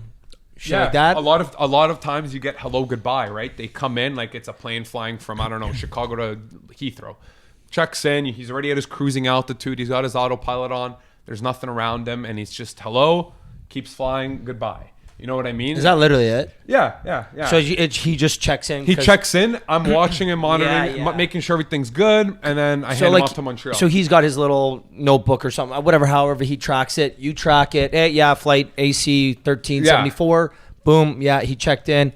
Oh, that might be an actual flight. AC 1374. That might probably. be. Danielle, Google flight 100%. AC 1374. That's an Air. Well, there's probably a whole bunch of them. Yeah, because they just reuse numbers, 4 digits. Well, not everyone's 4 digits, because I remember like they do have some that are like, it'd be like United Flight 5. No, but AC Air Canada is always 4 digits, isn't it? No, always, so Air you have 26. You can have like. So for example, it's an actual flight. That's Toronto to West Palm Beach. So yeah. There you go. 4 digits is usually more regional. Yeah. 3 digits, you'll get Europe and stuff, international. 2 digits is like India, Doha. And then we have like Air Canada 1, which is like one of the first international flights they had. It's like Air Force Where does One. it AC Is 1 it 001? It's 001. Oh, so it's still 4 digits. No, is it? Yeah, it's 001. Because I've seen before like United Flight 5. Yes. Not 005. United might be different, right? Yeah, it's different for whatever reason. Toronto to Tokyo right now. Long haul. Air Canada 1. Is it AC1 or AC0? AC001. Okay. 001, so yeah. 3 digits. I don't know why we use search that. United Air or American. United 5 is again like Newark to Tokyo or something. Yeah. Or United 4, I talked every day. That's Newark to Tokyo. That's cool. United 4 and United 5's on the way back. So they also use even and odds Tokyo when comes to you. Yeah. So the only reason I knew this is because that year when I was flying a lot, I would get the thing filled out, I'd be booking flights. And then I started noticing that these like long flights had like lower numbers, and I just never really understood it. Montreal to Vegas. What is it? Oh, I don't even know if they have a direct flight. For sure. Maybe Montreal to Vegas? Must have one. No? Yeah. Or to LAX. Montreal to LAX. What is it? That definitely flies through you. Wow, you fucking shit your job. Tell me every flight number ever. It might be a Rouge like 1951. Yeah. Danny, Rouge AC 1951. Is Rouge AC as well? No, that's gonna be Montreal to like Mexico, I think. Right? AC. Montreal to Los Angeles is AC 774. 774. I should know that. You're right. I talk to that a lot. You should definitely. But you know why? You know why? I'm gonna give Shit your myself job. an excuse. I'm gonna give myself that flies through the evening a lot. That goes out fair. afternoon shift. But Like 7, on a 8 daily. p.m. kind of. Like I know my like Air Canada 401s. That's like Toronto to Montreal. You know what I mean? Like stuff it like 401? that. 401, That's 403, that's 405. cool. Yeah. For AC 401. That is clever. Yeah, That's a clever. good one. So what's clever is like how pilots like how planes flies. You have fixes. They're called intersections, and they're always 5 letters, right? So they input that in their computer system, and that takes the plane from point to point. Like planes fly like on my screen, it looks like they're like flying like this. You know what I mean? It's not just straight line. Oh. And they're flying from like little point to point to point to point on airways in the sky. Oh. Yeah, it's all highways in the sky. So they don't all fly the same exact kind of path? No, like it's like they file a path. It could be dependent on winds or weather or whatever, and it's all point to point. They're kind of monitoring and adjusting. But they're flying routes, like highways in the sky. They're Yeah, literal airways. But that's what I always assume, that like if you're going from, let's say, Toronto to Montreal, that you're following the same flight path within, let's say, a kilometer span in the sky. You're following like a preferred flight path 100%, and it's like a literal highway, you know what I mean? Sometimes it changes though, you know what I mean? And sometimes I got to turn them out. Sometimes they, whatever. There's a lot of variables. Sorry, you know when you see the time lapse of like planes in the sky? Yeah. You always see them following that kind of similar path. Yeah, right? they usually were. So again, they usually it can vary are. by, It whatever, could vary, yeah. There's a degree variables, or but something, but getting to like the creativity about it with like the 401, like it's funny. Toronto sucks at it, but like you'll have these five. It's always 5 letters. I don't know why, because of the plane's computer systems, and they file these routes, right? So for Montreal, it's called Habs, right? That's when you're flying into Montreal, you do the Habs arrival, right? When you're flying into Ottawa, it's the capital arrival. When you're flying into Toronto, it's the 6 arrival. I wish exactly. Instead of being Detroit's Top Gun, like the movie. That's cool. LAX's Laker. What's Toronto?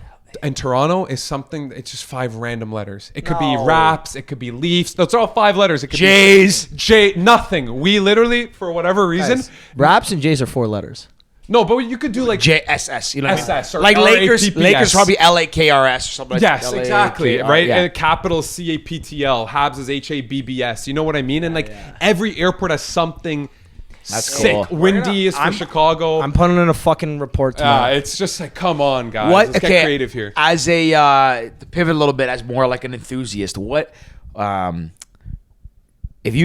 your favorite airport you've ever traveled to? Oh, okay, yeah, and then I'll come back to you guys because I know you guys did a lot of international travel. Well, a 2-part question that you traveled to, and if you could, aside from Pearson, because I'm sure you love your job there, if you could work at one other airport in the world, okay, as an air traffic controller, what's like the dream job? Okay, so travel to. I want to say I love Heathrow. I feel like their lounges are top notch. You guys love the points and the cards. Like I'm all about that. So like I go to airports and I'll try to see as many lounges as I can. Right up my alley. Them. Like Zurich, great lounges. Zurich's good. Great. You could go outside. You know what I mean? Have you been to Turkey, Istanbul? So that's on my bucket list. It's crazy. It's massive. I know. And they built the new one. Yeah, the new one I heard is nuts. I've never done. I went to the old one. Yeah. It's crazy. But Heathrow, if you fly, and sorry, not to interrupt. Obviously you know this. Like, this is kind of for like the non-avid travel. If you're gonna fly anywhere, and if you have the opportunity to fly like on business, whether through points you pay, always whatever airline you fly with. Sorry, wherever you're flying to, fly with that country's airline. 100%. Because like Turkish, like I could have flown. I can't remember where I was going from. I think I was going to Thailand from like Germany. And I could have done another airline and stopped in Turkey. But because I got to fly Turkish, you get to use a Turkish lounge. The Turkish lounge has like golf simulator, pool tables, spa. Like the washrooms are marble. Yeah. Like it's crazy. It's crazy. And Europeans and they kill the lounge game. Yeah. Oh, it's like next level out there. And people might disagree with me about Heathrow, but the reason I like Heathrow is because you go and it's like the sheer volume and like how the terminals are spaced out and you're taking these, like that pisses some people off. For me, it's like, how does this place run? Like it is like the running this place. Is it one of the biggest? It's got to be one of the biggest in the world. Airport wise, of area size for sure. I know Frankfurt's busier than Pearson because Frankfurt gets a lot of cargo. Than Pearson or Heathrow? Than Heathrow. Yeah. Frankfurt's probably the busiest in Europe on plane. The amounts of planes that come in. But I love Heathrow. I don't know why. I just have this attachment to Heathrow. Yeah. Everyone's got that like that one. You know what I mean? But if I were to work somewhere, I think it would be New York or like Chicago, like the two which airports? Meccas. Assuming O'Hare and Chicago. Like I would just like New York area control. You know what I mean? Like to control like all those airports in New York. Is that how that works? It's how it works. Like for me, I control like everything flying into Billy Bishop, Toronto, Downsview, Buttonville. Oh, Hamilton, I didn't know that. Montreal, Okay. Ottawa. Like I'm covering all of it because I'm an area controller, right? Because you're up top. Because I'm up top and I got the big picture, right? So I you're would not do attached to you're not attached to an airport, even though technically you work at area. one. I You're work, an yes, area. yeah. Like for example, in Interesting. Vancouver, the building is completely away from the airport. It's somewhere in Surrey or something in like a warehouse, and it's like a bunch of air. Because again, controllers. you got a computer that you're looking at. The Yeah, tower, it's interesting. the tower is what they Exactly. see. It's a video game I'm looking Mid-level's at. This probably is all with you, very right? interesting. Yeah. Mid-level people are with you. Very. The ground people are ground, and Yeah. then the tower people are visual. Yeah, so- they're visual. Yeah, so but like New York would be nuts, and Chicago because of sheer like it's one of the busiest airports in the world. Do you know where New York? Is it like based out of one of the airports, or is I think it's. I don't know where the exact Danny? location of the center is. where's New York? What do we call it? You'd call it an ARTCC. Of Like New the York. Boston one is completely away from Boston Airport. I know that. It's in like New Hampshire. It's not even in the same state. Oh wow. Yeah. Guys, whenever you look, sorry to interrupt. No, go ahead. Whenever you look at an airport from an aerial view, like just look at the sheer volume, look at the sheer size of Heathrow, Yeah, compared like- to like surrounding areas from an aerial view. No, Oh, no, yeah. it's actually nuts. Like I've been to Monaco, and like you could walk Monaco, and it's like, oh my god, I just walked from one side of Heathrow to the other, and I just went Yeah. through a whole country almost. Yeah, yeah. Municipality, whatever you call it. Yeah, yeah. You know what I mean? It's like it's a country. And the way it runs, and the monorails and subways, and like it's crazy. I don't know. I find. I don't know if I've ever flown into Heathrow. I find all this stuff out. I've been to a lot of airports, and like some really cool ones. What's your favorite? So, I don't know. This is a hard. It's like a hard one for me to answer because I think my favorite. Even though I don't think Pearson is the best airport. Why I think it's my favorite is because I genuinely just like walking in there. I don't care about the delays that have Excitement, happened. yeah. Like it's it's our city's airport. And while I do think, a lot of people complained and all this, listen, if you know how to travel smart, you don't need to fly business or first class. If you know how to travel smart, you're not waiting in any of that commotion. We're all on the same wavelength. Right, but that's the thing, right? I get it. Worst airport, your flights get delayed, sure.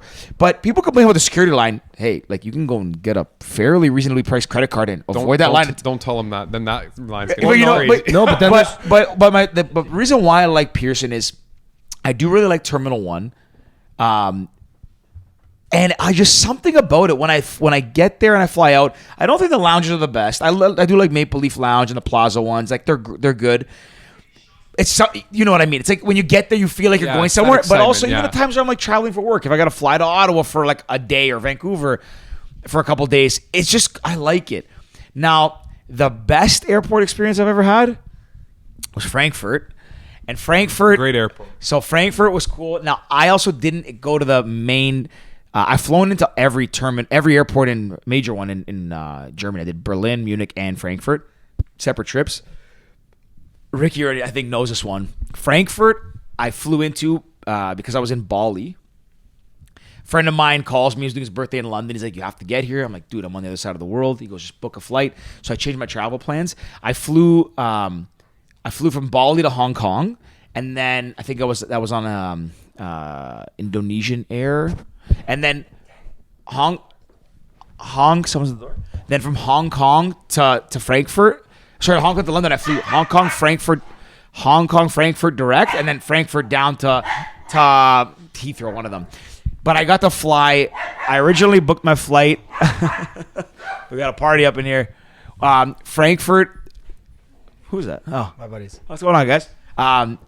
Frankfurt to it's a party now. Flying to Frankfurt, I flew Lufthansa, and I was supposed to fly business class. But last minute, a seat opened up. That was for first class. It was like 20,000 points more. I'm like, yeah, no brainer. Like this 100%. I'll do it. So it's a 15-hour flight, 15-hour flight. When you fly first class and you fly through Frankfurt, you get to use the first class terminal. So you have an entire, maybe you know this, you have your own terminal. Did they drive you in the Yeah. BMW or Porsche or whatever? So I landed in the normal terminal because I was on a 747. Then I showed them like, "Oh, where's my next gate?" They're like, "Oh, you can go to the first class one." So I went over. I walked to this little building. They take my bags and my passport. They're like, "We need everything." I'm like, "Oh, okay." They're like, "We'll come get you when your flight's ready." In the first class Wait, terminal, you gave up your passport? they took everything from me. No, they take care of you Everything. They're like, make yourself at home. I had 6 hours to kill. This lounge, the first class terminal, I was one of 3 people in it. It's probably the size of a small office building, like 3 stories. Open bar of whatever you want. Like literally any alcohol you can picture, even like the most rare Japanese whiskeys on the wall, you can drink it. There's a chef that will make anything you want. There's a menu, but he'll says like, you want a Big Mac? I'll try and make you a Big Mac. Whatever you want. There's a cigar room. There's Lufthansa's famous for this thing where they give out rubber duckies. So if you fly in the first class terminal, they have like a shower and a bathroom where you can go and like take a bath, get ready for your next flight. They give you a rubber ducky. So I got this like little black duck. And then when your flight's ready to board, they come and get you. Black duck? I have a little. It's a rubber duck, but the colors were black with a gold beak. So they have different variations of it. You collect them all essentially. It's a thing in the travel. Rich people thing. Well, no. You're rated based on how many rubber ducks. Well, what color you have. Because you know, if you travel during like the cheap time of the year, it's a shitty like yellow orange. Or, But well, you travel during the peak season's black. Yeah, it's during like it's a thing in the travel world, I guess. So. And then to end it all, they come get you. They go, Mr. Woutsalis, your flight's ready to board. So I'm thinking they're going to drive me across, because I knew they drive you on the runway. You go down the elevator, and there's every European car, the best model of that car. So Porsche, Cayenne, 7 Series, S550, any car. They're like, which one would you like? I was like, what do you mean? They're like, you can ride in any one you want. I was like, all right. Yeah, they're crazy. So I jumped in one of them. I think I was got in the Porsche, and you start driving, and you're on the tarmac, on the runway, driving past 747s. When we pull up, I was in a Mercedes. When he pulled up, the driver goes, would you like to get a picture? I'm like, yeah, that's pretty cool. Rich. So Hashtag rich. He knew it was his first time he's going to picture. I'm like a kid. Hey, bro, pose. I got you. Don't I'll snap a couple. So I'm pulling my stuff out, and like he's taking a picture of me standing by the car and the jet. And now I was flying from Frankfurt to London. So it's like a A330 Neo or something.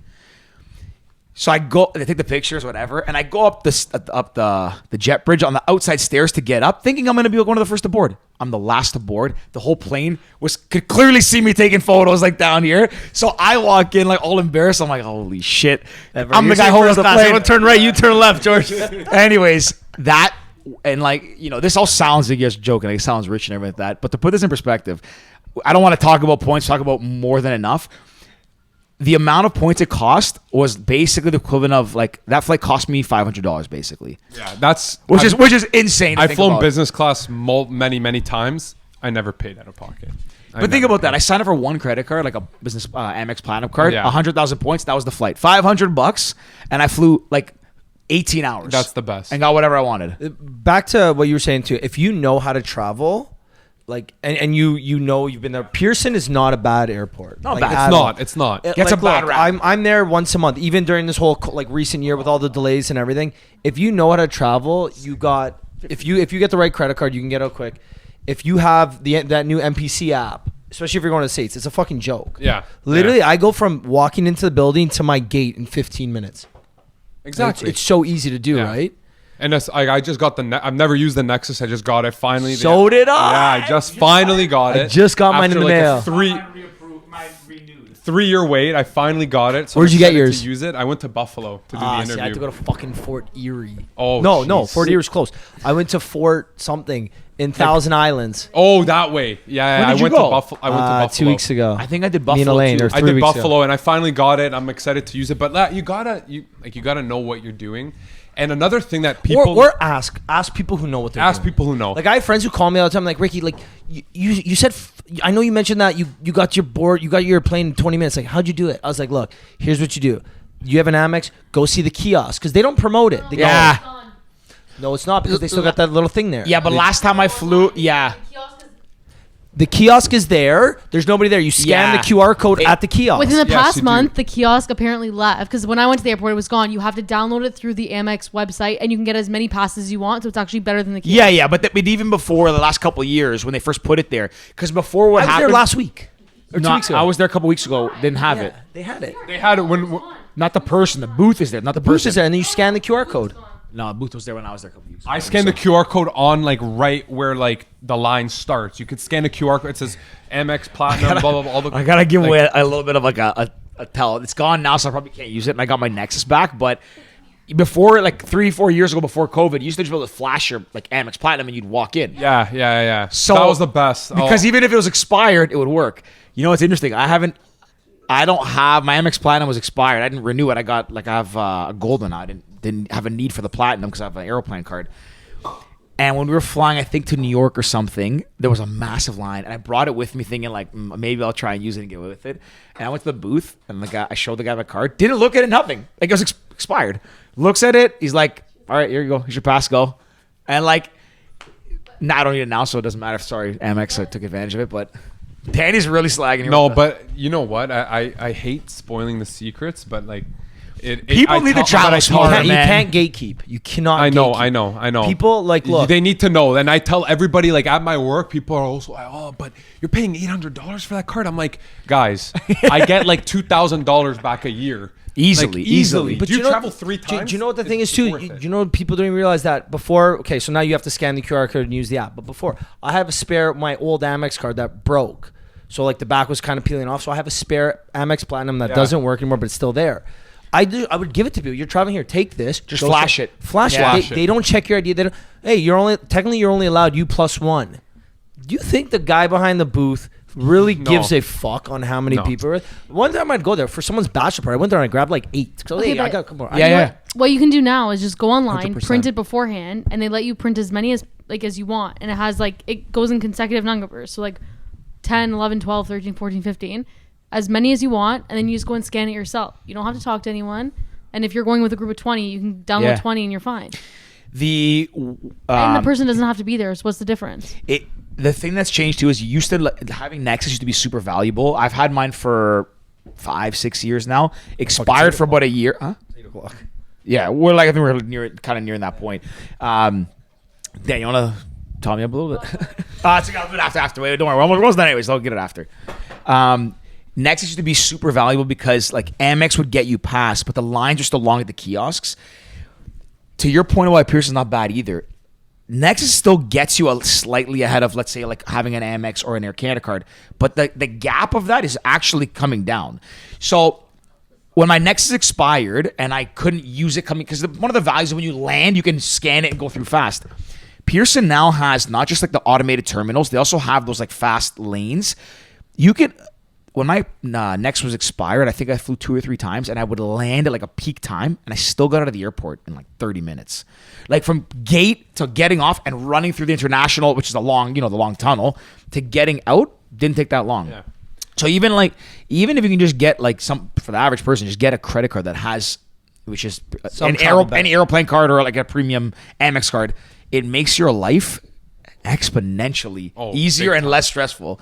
I don't know how people travel without every it. penny. 100%. But another thing, like you guys flew a bunch this summer. Pearson was getting they were renovating 2 runways, so I didn't know there that. was a lot of delays because of that, and like no one talked about exactly right. You didn't like it. Complete different like arrival. Everything changed, but I don't know. Nobody talked about that on the news because it was just like whatever. Blame the airline, blame the airport. I don't know who the scapegoat was, but yeah, like there's a lot of variables. There's a lot. To be honest, it actually worked out in my favor a lot of times. Anytime I got delayed, I got paid. I got like shout out Air Canada. Yeah, like we went to Texas, No. Austin. I got cannot. a grand back for like I booked the flight on points and it was like 15,000 points to Austin, Texas. Flight gets canceled. I'm like, whatever. Another night in Austin. Book a hotel. Expense it to Amex, they cover the hotel. The same because hotel. I was staying insurance. at Thompson. I was staying at the Thompson that I booked through Amex, and then just whatever, expense it. Flight gets canceled. They rebook me, no cost. Next day, same flight. Amex Air Canada e-transfers me $1,000 for me and $1,000 for her. What? Each. No. So some people got good deals. Lisa I got Marie did $4,000 this year. $4,000. Lisa did $4,000. Lisa Marie, every single one of her flights to the States was delayed. Nashville. Yeah. So Panama City, everything was delayed. $4,000. Like we because they're the rule. There's a law in Canada that people don't know and they don't take advantage 4 of hours. If you were canceled for more than 4 hours, they delayed, whatever. They have to pay Yeah. Unless it's out of their control, such as weather. Yes. So the problem is I got fucked once with weather. Yeah. Yes, and they will lie with weather. So They I'll can't tell you, fool I'll me, answer but they both will ways. lie. So 4 hours if it with the airline or your credit card. If a flight's delayed 4 hours and 1 minute, you can call your credit card or the airline. The airline typically takes longer to get something, so you're better off. Like you have an Amex. Call Amex. I double dip. Oh, same. Oh, 100%. 100%. I hope they're not watching. No, when I happened to me one time, I got delayed 4 hours, and I called Amex. I was in Amsterdam, and there was like a late flight coming home or something, and I was annoyed, and flight got canceled and rebooked. Now, so I got delayed like 4 hours, then 5. I'm like, okay, screw this. I called Amex. They're like, yeah, you can go and book a new hotel. I'm like, how much can I spend? Like $1,000. I was like, I'm literally here for like 6 hours. I gotta be back at the airport. Heck They're like, yeah, you spend Johnny. $1,000 tonight on food, hotel, whatever you want, and we'll cover it. So I went. In Amsterdam? So I literally looked up. Where did I book? What's What's the ABC bar? They said to me, "You spent $1,000." I'm like, What's the SEC bar? so I'm like, oh, okay, I'll book. I booked, I think the W or something. Had dinner, everything, like steak dinner, and like the total was just like swiped off my bill the next day. It was crazy. Completely. Yeah. But the weather thing, I want to talk about that. Not too much, but they, you notice they do that. 2 hours Last now? story. Yeah. Last story. They do that now, and like they're saying, so it's weather or when it's a mechanical issue of some kind of repair, right? Not like the crew's not here, not we're short staffed. So if you ever notice, like every delay, even when we were in New York, it's all mechanical repair. They always say that. Because you say I gotta check the fluid line or the gas line or something. You might not have to, but they probably. I'm also speculating, but Yeah, they do a lot to. Yeah. Of course, like that's gonna cost them a lot of money. yeah. It. Anyways, man, this was honestly. This was a good one. I feel like this it could've is two, been this that- was 2 episodes. If you notice it, this was like 2 half episodes. This was talking about our we dads went, beating yeah, us. no, yeah, and like and sports, flying. and then flying, yeah, and like pop. Coca-Cola, yeah, ginger ale, and then flying. Honestly, we were just shooting the shit. this It was good. fun, It man. This was We'll, fun. we'll do this again, and next time, man, we gotta start doing more fucking drink. I'm fired up to drink now. Like, if you want to, Yeah. Yeah, we're going out. I might- Like, we're going out. Damn, I might man. stick around now. Remember I don't I said know. we weren't taking shots tonight. Yeah, that's out the window. I'm drinking tonight. Yeah, I was like, I literally said, I'm like, yeah, come by. We're gonna have a I couple. took a day off tomorrow for a reason. I'm like, yeah, we're gonna have a couple of drinks. Like, not take shots. I chill. might stay for another glass of wine and then hang out. Anyways, Stefan, are you even on social media? I don't even follow you or anything. Yeah. What's your I'll follow you now. Stefan Ostojic. Try spelling that. Fuck no. I'll spell it in your phone. I'll spell it. You know what? Like we Spell it should out for the no, people, hey, spell it. This is good to do. Stefan Oh, yeah, okay, that's the easy part, Stefan. Ostojic 23. Okay, there we go. There you go. Did I spell it right on the screen, Danny? Because I wrote his last name too. You might have. Anyways, if you're I did. No, I did it. Eh? if you're into aviation, No. Do you post a Apply. lot of flight stuff? no, I don't. But apply because we need people. We need everybody to make our lives. It's a cool industry, man. your lives easier when you're flying. Yeah. You know what we'll do? We'll plan like where are we at now in the winter? Maybe like closer to summer when travel time's coming back around. Right and before stuff. March break. Yeah, whenever. That's a busy season. It'll for be. you, It's right? fun because look, one thing we do, like. It's cool when we have friends that are like specialists at something, right? Like, Yeah. it's In it's a rare. niche job, yeah, yeah. and it's rare these days where someone is like, I'm I'm a air traffic control, so like the ins, like the ins and outs. account. Yeah, well, account is still very broad. Like you're, Fuck accountant. I'm a cleaner, but it's still so broad. Fuck the cleaning. Stefan works for us now too, so Yeah. that's a side biz. It's a side business for me. I don't know. I would get bored. That 3 hour university degree is now coming back. Coming back. That macroeconomics lecture I slept through, it's all coming back to me now. Oh, anyways, Fun one. we'll get this again. This is good. 100%. Boys, We could write appreciate you. 3 hours. Yeah. Yeah, honestly, especially when you put a couple glasses of wine. Oh, the combo just gets flowing. Hey, where's the ginger ale? You got a little drop here. I gotta put the Anyways. ginger ale in there. honestly, fucking just wrap it. To wrap it up. We're all done. Danny, wrap it up. Yevelim Kurats. Shout out to the sir. That was good. That was a fun one.